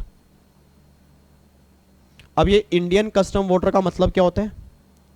ये इंडियन कस्टम वाटर में हम क्या कर सकते हैं, ये सारी बातें हम डिटेल में करेंगे। बट इतनी बात अभी ध्यान देना कि इंडिया की डेफिनेशन सेम है जीएसटी की तरह। यहाँ पे बस फर्क एक है, यहाँ पे एक नया नाम है इंडियन कस्टम वाटर, जो 200 नॉटिकल माइल्स तक है। एक जमाने में पहले 24 नॉटिकल माइल्स तक होता था, वो जमाना खत्म हो चुका है। ठीक है। तो यहाँ पे एक वर्ड आया था इंडिया, तो इंडिया का मतलब एक तो बेस लाइन, वही 28 स्टेट है और आपकी 8 यूटी हैं। 12 नॉटिकल माइल्स TWI में कवर होगा, 200 नॉटिकल माइल्स EEZ में कवर होगा, और वो किस में कवर होगा? इंडियन कस्टम वाटर में ये कवर हो जाएगा जी। ठीक है। उसके बाद जी देखो जी, फिर रेट स्पेसिफाइड इन कहाँ पे? Custom tariff act. तो कस्टम टैरिफ एक्ट का मतलब आपको मैंने कस्टम टैरिफ एक्ट बता दिया। उसमें आपके 2 रेट होंगे जी, शेड्यूल 1 शेड्यूल 2। शेड्यूल 1 में इंपोर्ट ड्यूटी के होंगे और शेड्यूल 2 में आपके एक्सपोर्ट ड्यूटी के रेट होंगे। ये सारी बातें निकल के आ रही हैं। और देखो कस्टम ड्यूटी लेवी किस पे होती है? इंपोर्ट एक्सपोर्ट पे। कलेक्शन होगा जब उसकी बिल ऑफ एंट्री फाइल करेंगे। अब इस बिल ऑफ एंट्री का मतलब क्या, उसको देखेंगे। बट इतना ध्यान दो कि इंपोर्ट एक्सपोर्ट होने में कस्टम लेवी होगा, बट जो ड्यूटी देने की बात होगी वो बाद में होगी, स्टार्टिंग में ड्यूटी देने की बात नहीं होगी जी। अब वो ड्यूटी कब देनी पड़ेगी, किस टाइम पर देनी पड़ेगी, वो सारी बातें आराम से डिस्कस कर लेंगे। लो जी, फाइनली अब जाके ना अप्रोक्सीमेट 40 से 50 मिनट हो गए। कस्टम का अभी तक हमने कोई चैप्टर स्टार्ट नहीं किया, बट बेस हमने क्लियर किया कि एक्चुअल में है क्या जी। इसके बाद अब 1 बाय 1 स्टार्ट करेंगे। ये हमारा बेस था। मुझे फटाफट से 5 मिनट लगा के पूरी क्लास का हर बच्चा चैट बॉक्स भर दे, चैट बॉक्स भर दे सर, मुझे बेस क्लियर करे। सीधे होके बैठो जी। मेरी पूरी फैमिली कमाल कर रही है जी, आग लगा दो, मैं कह रहा हूं आग लगा दो। और यूट्यूब वाले भी कहें कि फैमिली है तो ये वाली है जो जबरदस्त पार्टिसिपेट करते देख के नजारे आते हैं जी। मैं कह रहा हूं नाचने लग जाओ सर, नाचो कस्टम के साथ, नाचो जी। बताओ जी फटाफट से बताओ जी। पहली बात तो कस्टम, कस्टम का मतलब क्या है जी? कस्टम का मतलब है, कस्टम में एक टैक्स है, ड्यूटी है। ड्यूटी है किस पे लगेगा? Import export. लोकल किस पे लगेगा? Import export. किसके होने पर? गुड्स या सर्विस, या दोनों? सिर्फ गुड्स के होने पर लगेगा जी। उसके बाद कस्टम की एंट्री नंबर क्या है? 83। कस्टम को बनाने वाली कौन है? पार्लियामेंट। लिस्ट नंबर कौन सी है? 1। उसके बाद कस्टम के बारे में मैंने क्या बोला? Custom it is a duty levied on goods. अब मुझे फटाफट से बोलो कस्टम में गुड्स में क्या क्या कवर होगा जी? सर कस्टम में गुड्स में कवर होगा वेसल कवर होगा, व्हीकल कवर होंगे, एयरक्राफ्ट कवर होंगे, फिर बैगेज कवर होगा, स्टोर्स कवर होंगे, फिर आपका करेंसी और नेगोशिएबल इंस्ट्रूमेंट कवर होंगे, और any other kind of movable property ये गुड्स के डेफिनेशन में कवर होंगे। और गुड्स की डेफिनेशन इंक्लूसिव है, एग्जॉस्टिव नहीं है। बहुत बढ़िया जी। सर फिर गुड्स के बारे में हो गया। इंपोर्ट एक्सपोर्ट का मतलब, इंपोर्ट का मतलब bringing into India from outside India, मतलब बाहर से कोई भी सामान इंडिया में लेके आना, ये इंपोर्ट है। इंडिया से कोई भी सामान बाहर लेके जाना, ये एक्सपोर्ट में कवर होगा। फिर कस्टम लॉ हमारे सिलेबस में, कस्टम एक्ट हमारे सिलेबस में नहीं है। लॉ में एक्ट भी कवर होंगे, रूल्स भी कवर होंगे, रेगुलेशन भी कवर होंगे, नोटिफिकेशन भी कवर होंगे, सर्कुलर भी कवर होंगे, केस लॉ भी कवर होंगे। एक्ट हमारे दो तरह के, कस्टम एक्ट और कस्टम टैरिफ एक्ट है। कस्टम एक्ट 1962 है, कस्टम टैरिफ एक्ट 1975 है। कस्टम एक्ट में नॉर्मली प्रोविजन है, टैरिफ एक्ट में रेट है। रेट के दो शेड्यूल हैं, शेड्यूल 1 शेड्यूल 2। शेड्यूल 1 में इंपोर्ट ड्यूटी के रेट होंगे और शेड्यूल 2 में एक्सपोर्ट ड्यूटी के रेट होंगे। फिर आपने कहा जी कस्टम एक ड्यूटी है, ड्यूटी मतलब ये फी है, it is a fee, duty is a fee charge from the government of India on manufacturing और इंपोर्ट एक्सपोर्ट। ये हमारा ड्यूटी का मतलब निकल के आ गया। और फिर कस्टम लेवी होगा इंपोर्ट एक्सपोर्ट पे।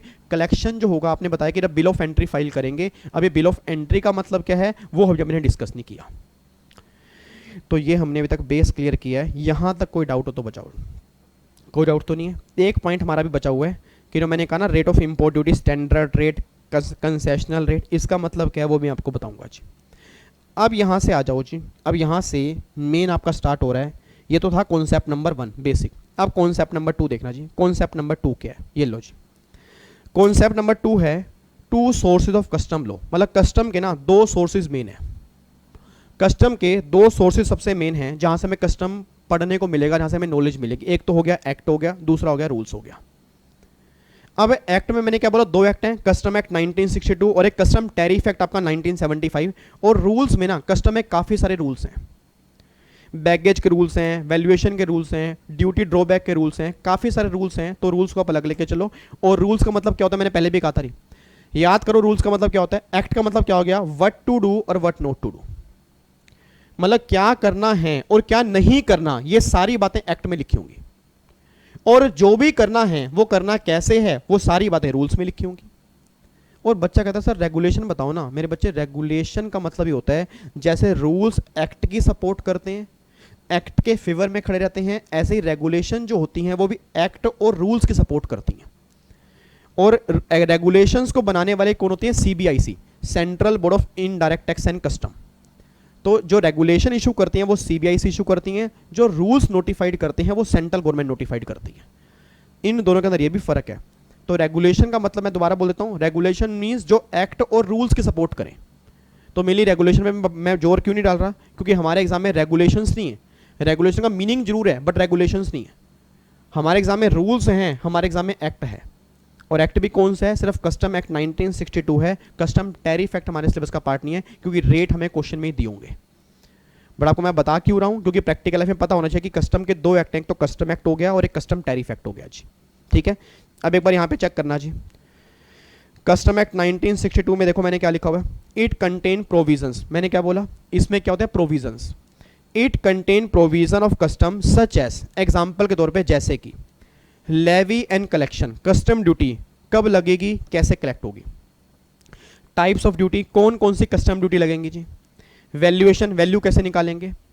एडवांस रूलिंग हो गया, ड्यूटी ड्रॉबैक हो गया, एंड सो ऑन। मतलब जितने भी आपके कस्टम के सारे प्रोविजंस हैं ना, वो सारे प्रोविजंस जो होंगे वो कस्टम एक्ट के अंदर होंगे। मतलब अगर कोई बच्चा मुझे ये बोले कि सर कस्टम के ना प्रोविजन पढ़ने हैं, कस्टम लॉ मुझे समझना है, तो मैं क्या बोलूंगा? कस्टम एक्ट में जाओ। और अगर कोई क्लाइंट मेरे पास ये आके बोले कि सर मैंने बाहर से एक शर्ट इंपोर्ट की है, मैंने बाहर से एक ट्राउजर इंपोर्ट की है, मैंने बाहर से एक लोअर इंपोर्ट किया, उस पर रेट कौन सा लगेगा, तो मैं क्या बोलूंगा? जाओ टैरिफ एक्ट में जाओ। मतलब जहां जहां बातें रेट की होंगी वहां वहां बातें टैरिफ की होंगी, जहां जहां बातें प्रोविजन की होंगी वहां वहां बातें एक्ट की होंगी। एक बार अब चेक करना टैरिफ एक्ट में क्या है। It contains rates of import and export duty. अब ध्यान से जी, schedule 1 rate of import duty, इसको इंपोर्ट टैरिफ बोलते हैं, और schedule 2 rate of export duty, इसको एक्सपोर्ट टैरिफ बोलते हैं। अब सुना ध्यान से मैं कहना क्या चाह रहा हूँ, अब प्लीज यहां पे ध्यान देना जी। अब जो हमारे शेड्यूल 1 में इंपोर्ट ड्यूटी के रेट है ना, ये इंपोर्ट ड्यूटी के रेट दो तरह के होते हैं। सर एक बात मुझे सोच के बताओ, जिन लोगों को आप चाहते हो, चाहत, जिन लोगों को आप प्यार करते हो, जिन लोगों से दिल जुड़ जाता है, क्या उनके लिए थोड़ा सा आप बायस हो जाते हो नहीं जाते? सोच के बोलना, थोड़ा सोच के बोलना। ये मेरा दोस्त है, पक्का दोस्त है, बचपन से हम दोस्त हैं, और दूसरे वाला पर्सन मेरा दोस्त नहीं है, पहली बार मुझे मिला है, तो किसके प्रति आप ज्यादा बायस होगे? ऑब्वियस बात है, दोस्त के प्रति। क्यों? हम दोनों की चाहत है, हम दोनों एक दूसरे को चाहते हैं। गलत सेंस में मत लेके जाना नालायकों, चाहत का मतलब सिर्फ प्यार से नहीं होता, चाहत मींस दिली अटैचमेंट हो गया।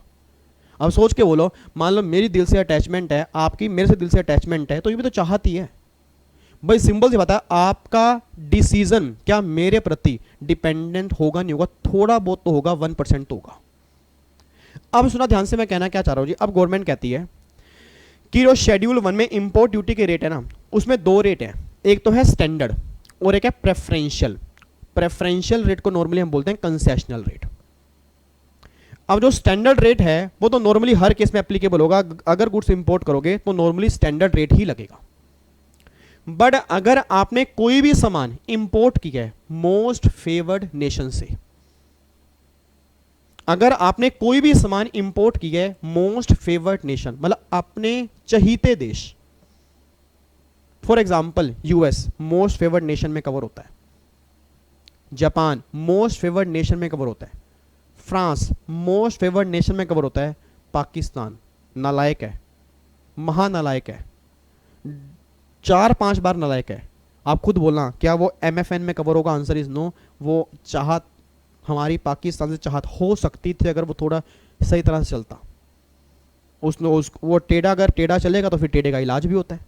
तो सिंपल सी बात है, चलो हम उस बात में नहीं जा रहे अभी, बट मोस्ट फेवर्ड नेशन वाली कैटेगरी में वो कवर नहीं होता। अब सोच के बोलना, अगर एमएफएन में कवर नहीं होता उस केस में फिर रेट जो एप्लीकेबल होंगे वो स्टैंडर्ड होंगे, फिर वो कंसेशनल नहीं होंगे।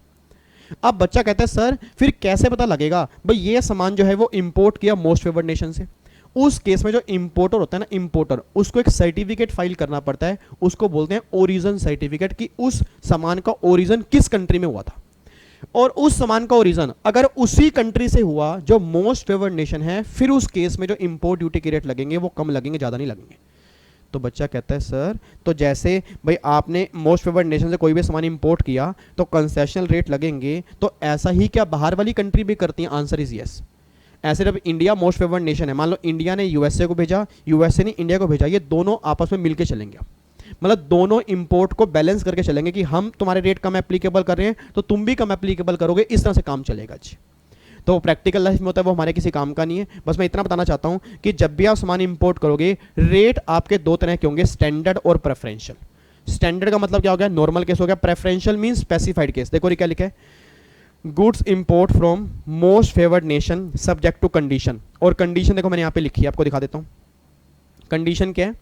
इसके लिए इंपोर्टर को सर्टिफिकेट ऑफ ओरिजिन प्रोवाइड करवाना पड़ेगा, तब जाके क्या होगा जी, ये मोस्ट फेवर्ड नेशन मानेंगे, उसके बाद ही कंसेशनल रेट एप्लीकेबल होंगे। बस ये बात ध्यान देना जी, ठीक है। तो एक कॉन्सेप्ट नंबर 2 के अंदर मैंने बेसिक बातें बताई। भाई 2 सोर्स हैं कस्टम लॉ के, रूल्स में काफी सारे रूल्स कवर हैं, उसको धीरे धीरे देखेंगे। एक्ट में 2 एक्ट कवर हैं, कस्टम एक्ट हो गया, टैरिफ एक्ट हो गया। एक्ट में प्रोविजन है, टैरिफ एक्ट में रेट है, rate import duty, export duty. Import duty schedule 1, export duty schedule 2। Import duty के 2 रेट होंगे, स्टैंडर्ड और प्रेफरेंशियल। स्टैंडर्ड रेट नॉर्मली हर केस में लगेंगे, प्रेफरेंशियल तब लगेंगे अगर आपने इंपोर्ट किया होगा मोस्ट फेवर्ड नेशन से। मोस्ट फेवर्ड नेशन कैसे पता लगेगा? अगर सर्टिफिकेट ऑफ ओरिजिन इंपोर्टर जमा करवा देगा डिपार्टमेंट को, उसके बाद ही कम रेट एप्लीकेबल होंगे, नहीं तो कम रेट एप्लीकेबल नहीं होंगे जी। ये आपका पहला पॉइंट क्लियर हो गया जी। ओके रिपोर्टर, उसके बाद आओ जी यहां पे कॉन्सेप्ट नंबर 3। अब कॉन्सेप्ट नंबर 3 है टाइप्स ऑफ कस्टम ड्यूटी। भाई जो कस्टम ड्यूटी है उसके टाइप्स कौन कौन से हैं? मेनली 2 टाइप है, मैंने क्या बोला, इंपोर्ट ड्यूटी और एक्सपोर्ट ड्यूटी। अब एक्सपोर्ट पे तो मैंने पहले भी कहा था कि एक्सपोर्ट हर केस में एप्लीकेबल नहीं है, क्योंकि export the goods not the taxes. मैं दोबारा बोलूंगा, export the goods not the taxes, मतलब अगर एक्सपोर्ट करोगे that is zero rated supply, उस केस में गवर्नमेंट के लिए हम टैक्स चार्ज नहीं करेंगे, but import the goods higher the taxes. अब गवर्नमेंट कहती है, एक बात मुझे बताना जी, मेरा पूरी क्लास से क्वेश्चन है, आज गवर्नमेंट एक्सपोर्ट करने पर ज्यादा टैक्स लगाएगी या इंपोर्ट करने पर? इंपोर्ट करने पर। अब सुना ध्यान से, आपकी जानकारी के लिए बता दूं, आज जब हम इंपोर्ट करते हैं उस पे बेसिक कस्टम ड्यूटी के साथ साथ और कई तरह के टैक्स एप्लीकेबल होते हैं, और कई तरह के टैक्स लगते हैं सर। भगवान विष्णु ने, अगर आपको बताओ जी, भगवान विष्णु ने अलग अलग अवतार लिए थे। भगवान राम, भगवान कृष्ण का नरसिंह अवतार लिया था, और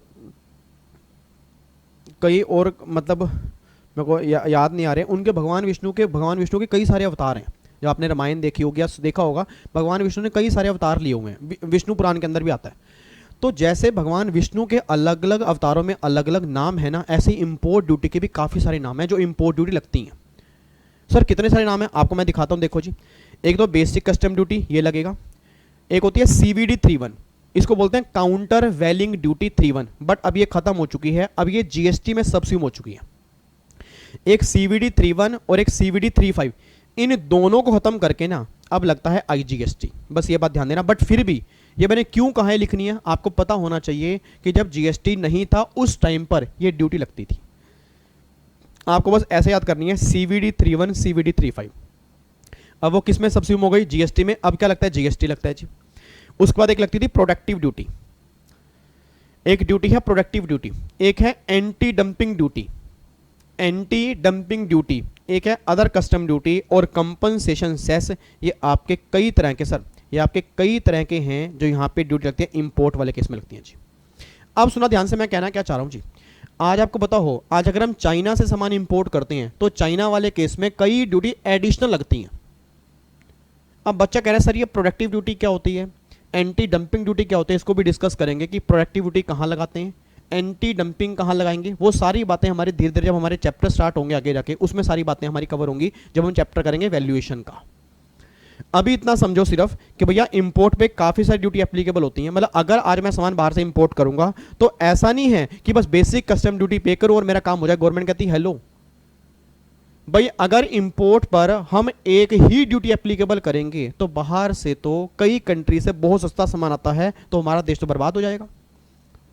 सर आज चाइना ने, आपको पता हो, चाइना ने काफ़ी टाइम पहले की बात कर रहा हूँ, इंडिया की पूरी मार्केट ऑलमोस्ट कैप्चर कर ली थी। पता है आपको, मतलब चाइना, थोड़े टाइम पहले की बात है, थोड़े टाइम पहले का मतलब 7-8 साल पहले की बात होगी। एक फ़ोन आए थे, फ़ोन पहले ना छोटे छोटे फ़ोन आए थे। अगर उस फ़ोन की आपने रिंगटोन सुनी हो जी, अगर उस फ़ोन की आपने रिंगटोन सुनी हो, रिंगटोन मतलब छोटे छोटे फ़ोन थे, उसकी रिंगटोन सर रिक्शे वाले भैया की जेब में फ़ोन पड़ा था। सही बता रहा हूँ सर, अगर आप 800 मीटर दूर भी हो, आपका फ़ोन बज रहा है और फुल रिंगटोन में बज रहा है, मैं सही बता रहा हूँ 800 मीटर दूर के बाद भी आपको रिंगटोन ये बार यहाँ तक आ जाएगी। मतलब इतनी तेज, no no no no no no no no no no no no, इतनी तेज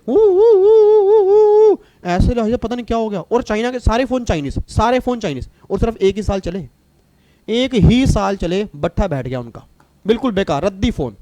बट क्यों? 1000 रुपये का था, 800 रुपये का था, 600 रुपये का था, सबकी जेब में आ गया फ़ोन।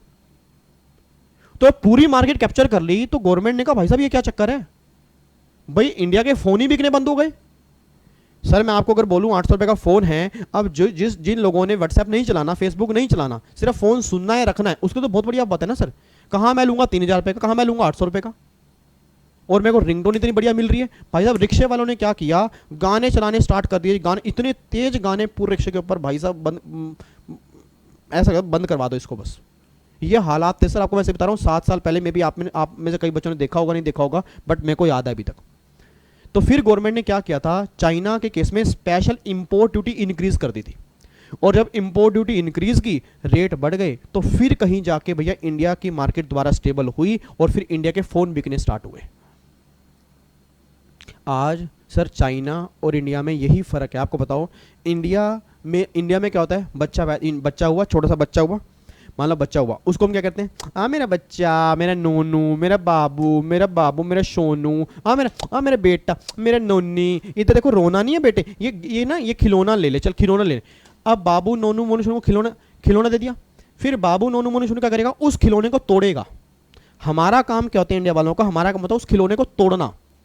चाइना के जो लोग होते हैं उनको टूटे हुए खिलौने दिए जाते हैं। उनका बच्चा छोटा सा ना, उस छोटे से बच्चे को टूटा हुआ खिलौने देंगे, वो क्या करेगा, हाथ पैर मार के, अब टूटा हुआ है उसको जोड़ने की कोशिश करेगा। तो आप चेक कर लो, चाइना के नॉर्मली हर घर में मैन्युफैक्चरर मिल जाएगा आपको, और जिस घर में मैन्युफैक्चरर मिलेंगे आपको तो कॉस्ट कितनी आएगी वहां पे, तभी चाइना की कॉस्ट कम आती है। रीजन ये सर, तभी मोदी साहब क्या कह रहे हैं, make in India, startup India, stand up India. क्योंकि सर जहां मैन्युफैक्चरिंग ज्यादा होगी वहां कॉस्ट अपने आप ही कम आएगी। यही रीजन है कि चाइना ने पूरी मार्केट कैप्चर कर ली थी, यह सबसे बड़ा रीजन था। तो मेन मुद्दा बस ये निकल के आ रहा है कि उस केस में इतनी सारी इंपोर्ट ड्यूटी लग जाती हैं, इंपोर्ट ड्यूटी लगने के बाद फिर कहीं जाकर बाहर का प्राइस इंडिया के प्राइस के बराबर होगा, तब कहीं जाकर फिर वो बिकेगा क्वालिटी बेस पे। और आप सब जानते हो, जहां पे मेड इन चाइना लिखा होता है आजकल तो हम वैसे ही परचेज नहीं करते, बट एक मेंटालिटी हमारे दिमाग में है कि भैया चाइना का है तो चाइनीज जैसा ही होगा, बेकार होगा, बिल्कुल रद्दी होगा। ठीक है, तो मेन हमारे दिमाग की मेंटालिटी बैठ गई। क्यों? एक्चुअल में हुआ चाइना का सामान ज्यादा चलता नहीं है सर, चाइना का सामान ज्यादा चलता नहीं है, बट फिर भी क्यों जरूरी है? बच्चा कहता है सर फिर इंपोर्ट क्यों करते हैं? क्योंकि अगर इंपोर्ट ही नहीं करेंगे इंडिया वाले बिगड़ जाएंगे, इंडिया वालों का एटीट्यूड अलग हो जाएगा। अब सोच के बोलना, अगर मैंने चाइना से बाहर से सामान इंपोर्ट करना बंद कर दिया देश को बढ़ाने के लिए, फिर तो इंडिया वाले क्या बोलेंगे, हम तो राजा हैं, हम तो राजा हैं जी, हम तो राजा। आज दिवाली पर जो आप 40-40 रुपए की लड़ियाँ लेते हो ना सर, ये रंग बिरंगी लड़ियाँ आप लेते हो 40 रुपए की, 45 रुपए की। सर जब ये चाइना से नहीं आती थी ना, इंडिया वाली लड़ियाँ देख लेना आप, इंडिया वाले वो 0-0 वोट के बल्ब होते थे, 100-100 वोट के बल्ब होते थे, वो लगाते थे, इतनी महंगी होती थी वो। कहाँ लगती थी? आज तो हर घर में लड़ी लगी हुई है। आज देखो हर घर में लाइटें हैं, हर घर में। क्यों? क्योंकि जो मेड इन चाइनीज है 40 रुपए की लड़ी मिल जाती है, चाहे वो एक बार चले, चाहे वो एक दिवाली पूरी ना चले, क्योंकि एक बल्ब खराब हो गया सारी लड़ी खराब होगी, बट 40 रुपए की है तो हर बच्चा कहता है पापा लड़ी ले आओ ना, हम दिवाली पे लड़ी लगाएंगे। अब सोच के बोलना, वो अगर लड़ियां बाहर से आई, कंपटीशन बढ़ा, तभी इंडिया वाले क्या कह रहे हैं, हमें अपना प्राइस कम करना है। तो इंपोर्ट भी जरूरी है कंपटीशन के लिए सर, नहीं तो फिर लोग अपने एटीट्यूड में आ जाएंगे ना, क्योंकि इंडिया वाले क्या बोलेंगे, अब तो जो करना कर लो जी, हम तो इस प्राइस पे सामान बेचेंगे। तो बैलेंस मेंटेन करना पड़ता है। तो इसलिए ऐसा भी नहीं है कि इंपोर्ट को बिल्कुल बंद कर दो, और ऐसा भी नहीं है कि इतना टैक्स लगा दो कि इंपोर्ट हो ही ना पाए। तो बैलेंस करने के लिए गवर्नमेंट मेनली इंपोर्ट पे इंपोर्ट ड्यूटी कई सारी लगाती है, बट एक्सपोर्ट पे तो भैया, एक्सपोर्ट पे तो हमें ड्यूटी लगानी नहीं है। कुछ केस में ड्यूटी लगनी है, अदरवाइज एक्सपोर्ट पे ड्यूटी है नहीं। रीजन बिंग, क्योंकि फॉरेन करेंसी जहां पे इंडिया में आएगी उस केस में हम ड्यूटी एप्लीकेबल क्यों करेंगे। तो देखो जी, यहाँ पे एक बार चेक करो, इंपोर्ट वाले केस में ये ड्यूटी है। अब ये कौन कौन सी हैं हम आगे जाके डिटेल में करेंगे जी। उसके बाद देखो जी, objective of custom law, objective of custom law जी। लो जी, अब कस्टम लॉ का ऑब्जेक्टिव क्या है जी? कस्टम लॉ का ऑब्जेक्टिव एक बार चेक करो फटाफट से। कस्टम का ऑब्जेक्टिव क्या है? Collecting revenue from custom duty, मतलब पहला ऑब्जेक्टिव क्या है, रिवेन्यू कलेक्ट करने कस्टम ड्यूटी का। दूसरा, regulate import export, import export को रेगुलेट करना, इंपोर्ट एक्सपोर्ट को रेगुलेट करना मतलब कंट्रोल करना, इसलिए हमने कस्टम लॉ बनाया। टू प्रोटेक्ट डोमेस्टिक इंडस्ट्री, मैंने क्या बोला, to protect domestic industry. Custom law क्यों लेकर आए? क्योंकि अगर कस्टम लॉ नहीं लेके आते तो डोमेस्टिक इंडस्ट्री बर्बाद हो जाती। फिर तो अगर कस्टम ड्यूटी ही ना लगती, फिर तो 100 रुपये का सामान आता, वो सामान इंडिया वाले बना रहे हैं 200 का, बाहर वालों ने भेजा 100 रुपये का, फिर वो 100 वाला बिकेगा। तो अपने देश की इंडस्ट्री को बचाने के लिए गवर्नमेंट ने क्या किया, कस्टम लॉ लगाया। उसके बाद to prevent illegal import export. आपने अगर एक मूवी देखी हो बदमाश कंपनी, आपने अगर मूवी देखी हो बदमाश कंपनी, सर बदमाश कंपनी में मेरे ख्याल से शाहिद कपूर होते हैं और उसमें 2-3 हीरो होते हैं, वो इलीगल इंपोर्ट एक्सपोर्ट करते हैं। तो गवर्नमेंट कह रही है उसको रोकने के लिए, क्योंकि अगर कस्टम लॉ नहीं होता फिर तो समुंदर के रास्ते से हम कहीं से भी सामान लेके आ जाते हैं। आज सोच के बोलना, मुंबई में समुंदर है, गुजरात में है, तो आपको क्या लगता है कि हर जगह समुंदर में, मतलब जहां समुंदर के किनारे क्या कस्टम वाले बैठे? Answer is no sir. आज कस्टम पोर्ट होते हैं, पोर्ट और कस्टम पोर्ट में फर्क होता है। मैंने क्या बोला, आज समुंदर, इतना बड़ा समुंदर है, क्या पूरे समुंदर में custom port? Answer is no. तो मेन आज भी इलीगल स्मगलिंग होती है, आज भी बाहर से सामान आता है, बट गवर्नमेंट कह रही बहुत कम हो चुका है। और अगर कस्टम लॉ ही ना होता फिर तो लोग कहीं से भी सामान लेके आते, आराम से बाहर से ले आते। तो मेनली हमारा ऑब्जेक्टिव क्या है, प्रोटेक्ट करना इलीगल इंपोर्ट एक्सपोर्ट को, कि जो इलीगल इंपोर्ट एक्सपोर्ट है उसको प्रोटेक्ट करना, और टू प्रिवेंट स्मगलिंग। देखो वही मैंने क्या बोला कि भैया स्मगलिंग की, गुड्स की स्मगलिंग ना हो, कि इंडिया से बाहर चला गया बिना ड्यूटी के, बाहर से इंडिया में आ गया बिना ड्यूटी के। और आपको पता होगा कई लोग बाहर से सामान लेके आते हैं, ड्यूटी फ्री लेके आते हैं, वो आंखों में धूल झोंक जाते हैं। तो गवर्नमेंट कह रही है वो जो स्मगलिंग करते हैं ना, उसको रोकने के लिए हमने क्या किया, कस्टम लॉ बनाया है। वो बात अलग है, लॉ लाने के बाद सारा कुछ खत्म नहीं कर सकते, बट काफ़ी लिमिट तक तो कर सकते हैं ना। तो मेनली ऑब्जेक्टिव क्या है, ये ऑब्जेक्टिव है जी। मुझे फटाफट से बोल दो रही क्या है, collecting revenue of custom duty, regulate import export to protect domestic industry, to prevent illegal import export, to prevent smuggling goods and so on. और भी कई सारे ऑब्जेक्टिव हमारे कस्टम के हो सकते हैं जी। ठीक है, तो ये 4 बातें आपको मैंने यहाँ तक बता दी हैं जी। क्लियर है यहाँ तक जी, कोई दिक्कत तो नहीं है, पक्का पक्का। अब यहाँ पे सुनना जी ध्यान से। अब यहाँ से मतलब ये लगा लो, यहाँ से अब हमारा मेन कस्टम स्टार्ट हो रहा है जी। यहाँ से हमारा मेन कस्टम स्टार्ट हो रहा है, मतलब अभी तक सिर्फ बेसिक पॉइंट चल रहे थे। अब ये लगा लो, अब ये चैप्टर नंबर 1 आ गया एक तरह से। अब ये चैप्टर नंबर 1 है डेफिनेशन, मतलब कुछ इंपॉर्टेंट डेफिनेशन मैं कराऊंगा जी। इंपोर्ट का मतलब क्या होता है, इंपोर्टेड गुड्स का मतलब क्या होता है, इंपोर्टर का मतलब क्या होता है, एक्सपोर्ट का मतलब क्या होता है, एक्सपोर्ट गुड्स का मतलब क्या होता है, एक्सपोर्टर का मतलब क्या होता है जी, कस्टम एरिया किसे कहते हैं, कस्टम स्टेशन किसे कहते हैं जी। ठीक है, गुड्स की डेफिनेशन में क्या कवर है, स्टोर्स में क्या कवर होगा, बैगेज में क्या कवर होगा, मतलब काफ़ी सारी डेफिनेशन हैं, काफ़ी सारी डेफिनेशन है जो हमें अब करनी है, उसके बेस पे हम आगे बढ़ पाएंगे। ठीक है, तो ये लगा लो कॉन्सेप्ट नंबर 6, मेरे ख्याल से यहाँ पे ना वैसे कॉन्सेप्ट नंबर 5 आना चाहिए, ये 4 है, ये 3 है, यहाँ पे ना 5 आना चाहिए, बट मैंने 6 लिख रखा है। मेनली कॉन्सेप्ट नंबर 6 से हमारा चैप्टर नंबर 1 स्टार्ट हो रहा है जी। तो आज की पूरी एक क्लास, मतलब जो अभी एक सवा घंटा जो भी हुआ है, हमने कुछ नहीं किया, बस हाँ इतना जरूर कर लिया कि उम्मीद करता हूँ कस्टम का बेस क्लियर हो गया होगा जी। ये मत कहना कि आज हमने चैप्टर कौन सा किया, हमने कुछ किया ही नहीं है, क्योंकि चैप्टर नंबर 1 अभी कल से स्टार्ट होगा जी। मैं भी स्टार्ट नहीं करा रहा इसको, बट हाँ आपको होमवर्क दे रहा हूँ। ये नोट्स आपके पास है ना, ये नोट्स आपके पास हैं, आपने घर से ये टेबल एक बार पढ़ के आनी है जी। मेरी फैमिली का हर बच्चा सिर्फ टेबल पढ़ के आएगा, चाहे जिसने पहले कभी कस्टम ना पढ़ा हो। क्योंकि मैंने क्या बोला, मैं 0 से लेकर चल रहा हूँ जी। मैं मान ही नहीं रहा कि आपने पहले कस्टम पढ़ा है, बट ये मान रहा हूँ कि आपने पहले जीएसटी जरूर पढ़ा है जी। ठीक है, क्योंकि जीएसटी का थोड़ा बहुत बेस मुझे चाहिए, वो मेरी मजबूरी है। अब अगर ये भी नहीं मानूंगा कि जीएसटी भी नहीं पढ़ा, फिर मेरे लिए दिक्कत। तभी मैं क्या कह रहा हूँ, अगस्त वाले बच्चों की मजबूरी है पहले कस्टम देखना, वो देख सकते हैं प्रोफेशनल वाले बच्चे। ठीक है ना, बट हाँ जिनके दिसंबर में है, जीएसटी करने से पहले कस्टम मत देखें, फायदा नहीं होगा। रटने वाली बातें होंगी, समझने वाली बातें नहीं होंगी जी। ठीक है, तो ये आपने बस एक बार टेबल घर से पढ़ के आनी है जी। सिर्फ एक बार टेबल घर से पढ़ के आ जाना।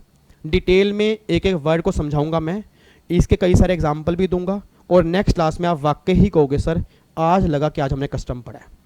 आप कहोगे, मुझे पता है, आप कहोगे सर क्लास नंबर 1 में तो कुछ पढ़ा ही नहीं, बट जब मैं क्लास नंबर 2 कल कराऊंगा ना, आपके मुंह से जरूर निकलेगा सर आज मजा आया, आज हमने कस्टम पढ़ा है जी।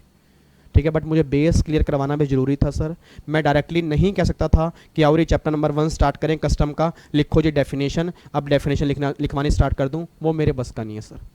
क्योंकि मेरा पढ़ाने का थोड़ा सा तरीका अलग है, क्योंकि जब तक मैं बेस क्लियर नहीं करूँगा, एक बिल्डिंग का बेस नहीं बनाऊंगा ना, तो फिर वो समझ में नहीं आएगा हम करने क्या जा रहे हैं। उम्मीद करूंगा बेस क्लियर हो गया, तो मेरी पूरी फैमिली, चाहे वो रेगुलर बैच वाले बच्चे हों, चाहे वो आप जितने यूट्यूब फैमिली वाले बच्चे हैं, आपने बस एक काम करना है कि यहाँ तक के कॉन्सेप्ट एक बार पढ़ के आने हैं। कोई भी डाउट हो आप कमेंट बॉक्स में डालोगे, बट डाउट इनमें से होना चाहिए बस। ये मत पूछ लेना अगला वैल्यू कैसे निकालते, रेट ऑफ एक्सचेंज क्या लेंगे सर, इसका क्या करेंगे, उसका क्या करेंगे ना, जब हमने पढ़ा ही नहीं है वो। जब वो चैप्टर हो जाएंगे तब के तब। बट इन 4 कॉन्सेप्ट में कोई अगर डाउट होगा तो कमेंट बॉक्स में डाल देना चाहिए, ताकि अगली क्लास से पहले उनके मैं डाउट्स क्लियर कर लूँ और फिर नेक्स्ट क्लास हम अपनी स्टार्ट कर दें। ठीक है, तो आज हम यहीं तक रोकते हैं, ज़्यादा लंबी भी क्लास नहीं लेंगे। क्यों? क्योंकि पहली क्लास है, कहीं ऐसा ना हो कि बच्चा कह रहा तोते उड़ गए जी हमारे। तो अभी तोते नहीं, कबूतर तोते कुछ नहीं उड़ाने। आराम से नेक्स्ट क्लास से पूरा डिटेल में चैप्टर नंबर 1 स्टार्ट करेंगे जी। यहाँ से हमारा स्टार्ट हो जाएगा जी। आपने बस एक बार ये टेबल पढ़ के आनी है और फिर हम आगे चलना स्टार्ट करेंगे। ठीक है, बस मुझे अब 2 मिनट बता दो रही अभी देखो हमारी क्लास हुई है 1 घंटे 20 मिनट की। 5 मिनट मुझे रिवीजन करा दो, फिर पैकअप कर रहे हैं, फिर हमारी पूरी 1.5 घंटे क्लास होगी। फिर मिलेंगे रात को 10 बजे लाइव। हमने मिलना है एग्जीक्यूटिव वाले बच्चे जी। ठीक है, क्योंकि उसके अंदर हमने करने हैं MCQs, और बाकी प्रोफेशनल वाले बच्चे अपना प्लेलिस्ट में देख लें, क्वेश्चन हमने काफ़ी सारे वहाँ पे किए हुए हैं जी। ठीक है, लो जी मुझे फटाफट से बताओ जी अभी तक हमने क्या किया। सर अभी तक हमने ये किया, कस्टम जो है वो गुड्स पे एप्लीकेबल होगा, सर्विस पे नहीं होगा। कस्टम के 2 एक्ट होंगे, कस्टम एक्ट हो गए, कस्टम टैरिफ एक्ट हो गए। एक्ट में प्रोविजन होंगे, टैरिफ एक्ट में रेट होंगे। रेट दो होंगे, import duty, export duty. Import duty के शेड्यूल 1, शेड्यूल 2। शेड्यूल 1 में इंपोर्ट ड्यूटी, शेड्यूल 2 में एक्सपोर्ट ड्यूटी। शेड्यूल 1 में जो इंपोर्ट ड्यूटी होगा उसके दो रेट होंगे, एक तो हो गया नॉर्मल रेट हो गया मतलब स्टैंडर्ड रेट हो गया, एक हो गया प्रेफरेंशियल मतलब कंसेशनल रेट हो गया। स्टैंडर्ड रेट नॉर्मली हर केस में एप्लीकेबल होंगे, और जो प्रेफरेंशियल रेट होंगे वो तब एप्लीकेबल होंगे अगर गुड्स इंपोर्ट की हमने मोस्ट फेवर्ड नेशन से ली। ये बात क्लियर हो गई नहीं? अच्छा, फिर ये बात कंप्लीट करने के बाद भैया कस्टम एक ड्यूटी है, और duty means duty is a fee charge by government of India on manufacturing और इंपोर्ट एक्सपोर्ट। इंपोर्ट का मतलब bringing into India from outside India. Export का मतलब इंडिया से कोई सामान बाहर जाना वो एक्सपोर्ट में कवर होगा। और फिर इंडिया में क्या कवर होगा जी? बेस लाइन कवर होगी, territorial water of India cover होगा, और 200 वाला भी कवर होगा। 200 में EEZ और इंडियन कस्टम वाटर भी कवर करेंगे। घबराना मत, ये मत कहना कि सर अभी आपने बताया ही नहीं इंडियन कस्टम वाटर होता क्या है। आपकी जानकारी के लिए बता दूं, नेक्स्ट क्लास में देखो जी, ये इंडिया की डेफिनेशन हम डिटेल में करेंगे। देखो 1 बाय 1 पॉइंट को मैंने एक्सप्लेन किया हुआ है सर। मैंने कहा ना आज हमने कुछ भी नहीं किया, वैसे मैंने आज आपको बताया कि हमने चैप्टर कोई स्टार्ट नहीं किया, सिर्फ बेस क्लियर किया आज हमने। जो चैप्टर मेन स्टार्ट होगा वो क्लास नंबर 2 से हम स्टार्ट करेंगे, ठीक है। सिर्फ आज तो हमने बेस क्लियर करे, तो घबराना मत कि हाय हाय हमारा चैप्टर खत्म हो गया। अभी हमारा कुछ खत्म ही नहीं हुआ एक्चुअल में। अभी हमने कस्टम एग्जैक्टली स्टार्ट ही नहीं किया, वो हम स्टार्ट करेंगे नेक्स्ट में। आज तो सिर्फ बेस क्लियर किया कि देखो ये कस्टम है, ठीक है। फिर उसके बाद मैंने बोला जी आपकी इंपोर्ट ड्यूटी कई तरह की होंगी, जैसे मान लो बेसिक कस्टम ड्यूटी हो गया, CVD 31 हो गया, CVD 35 हो गया, प्रोडक्टिव ड्यूटी हो गया, एंटी डंपिंग ड्यूटी हो गया जी, आपकी अदर एडिशनल कस्टम ड्यूटी हो गया जी। और एक्सपोर्ट ड्यूटी तो स्पेसिफाइड आर्टिकल मतलब जैसे स्टील हो गया, लेदर हो गया, उस पर लगेगी, और किसी पे एक्सपोर्ट ड्यूटी की बात ही नहीं होती। और फिर ऑब्जेक्टिव क्या क्या है? रेवेन्यू कलेक्ट करना, देश की इंडस्ट्री को बचाना, और इलीगल इंपोर्ट एक्सपोर्ट को प्रिवेंट करना, स्मगलिंग को प्रिवेंट करना, ये हमारे कस्टम ड्यूटी के ऑब्जेक्टिव हैं जी। और बाकी बस, और बाकी रूल्स का मतलब आपको बता दिया। रूल्स आपके कई सारे हैं। रेगुलेशन जो रूल्स और एक्ट की सपोर्ट करेंगे, रेगुलेशंस बनाने वाली CBIC होती हैं, रूल्स बनाने वाली सेंट्रल गवर्नमेंट होती है। ये सारी बातें मैंने आपको बताई हैं जी, ठीक है। तो फाइनली अब जाके जी क्लास नंबर 1 हमारी कस्टम की ख़त्म हो जाती है। उम्मीद करूँगा कुछ बेस क्लियर, मैं ये नहीं कहूँगा कि चैप्टर समझ में आया होगा, कुछ बेस क्लियर हुआ होगा कि जो आज हमें कस्टम अब आगे पढ़ना है उसका बेस क्या है जी, ठीक है। तो फाइनली बेसिक क्लास, पहली क्लास हमारी खत्म हो जाती है। नेक्स्ट क्लास से हम अपना डिटेल में स्टार्ट करेंगे। एक बार प्लीज़ वो टेबल पढ़ के आना। नोट्स आपके टेलीग्राम चैनल पे, वहाँ से आप डाउनलोड कर सकते हो जी। और ऐसे ही आपके नोट्स हैंड रिटन आते रहेंगे, उस नोट्स का आप लास्ट में प्रिंट आउट भी निकाल सकते हो, ठीक है। चलो जी, फिर बाकी मुलाकात करेंगे कल सेम टाइम पे 8 बजे ही प्रीमियर चलेगा, सेम जगह। अच्छी लगे तो अपना प्यार जरूर देना सर, नहीं अच्छी लगे तो जो बच्चे करते हैं वो अपना काम करेंगे सर। कर्म है उनके अपने, ठीक है, मेरे भी अपने कर्म है सर। मैं ऑनेस्टी के साथ आपके लिए आया हूँ। उम्मीद करूँगा आपको भी चीज़ें अच्छी लगेंगी, आप भी अपनी ऑनेस्टी दिखाओगे। And thank you so much, God bless you, love you, take care, Jai Hind. फिर मिलूंगा जी रात को 10 बजे लाइव, अभी GST के अंदर। बाकी प्रोफेशनल वाले बच्चे प्लेलिस्ट देख सकते हैं, एग्जीक्यूटिव वाले बच्चे 10 बजे मुझे मिलेंगे जी, ठीक है। Bye bye, God bless you जी, Jai Hind, once again, bye bye जी, टेक केयर।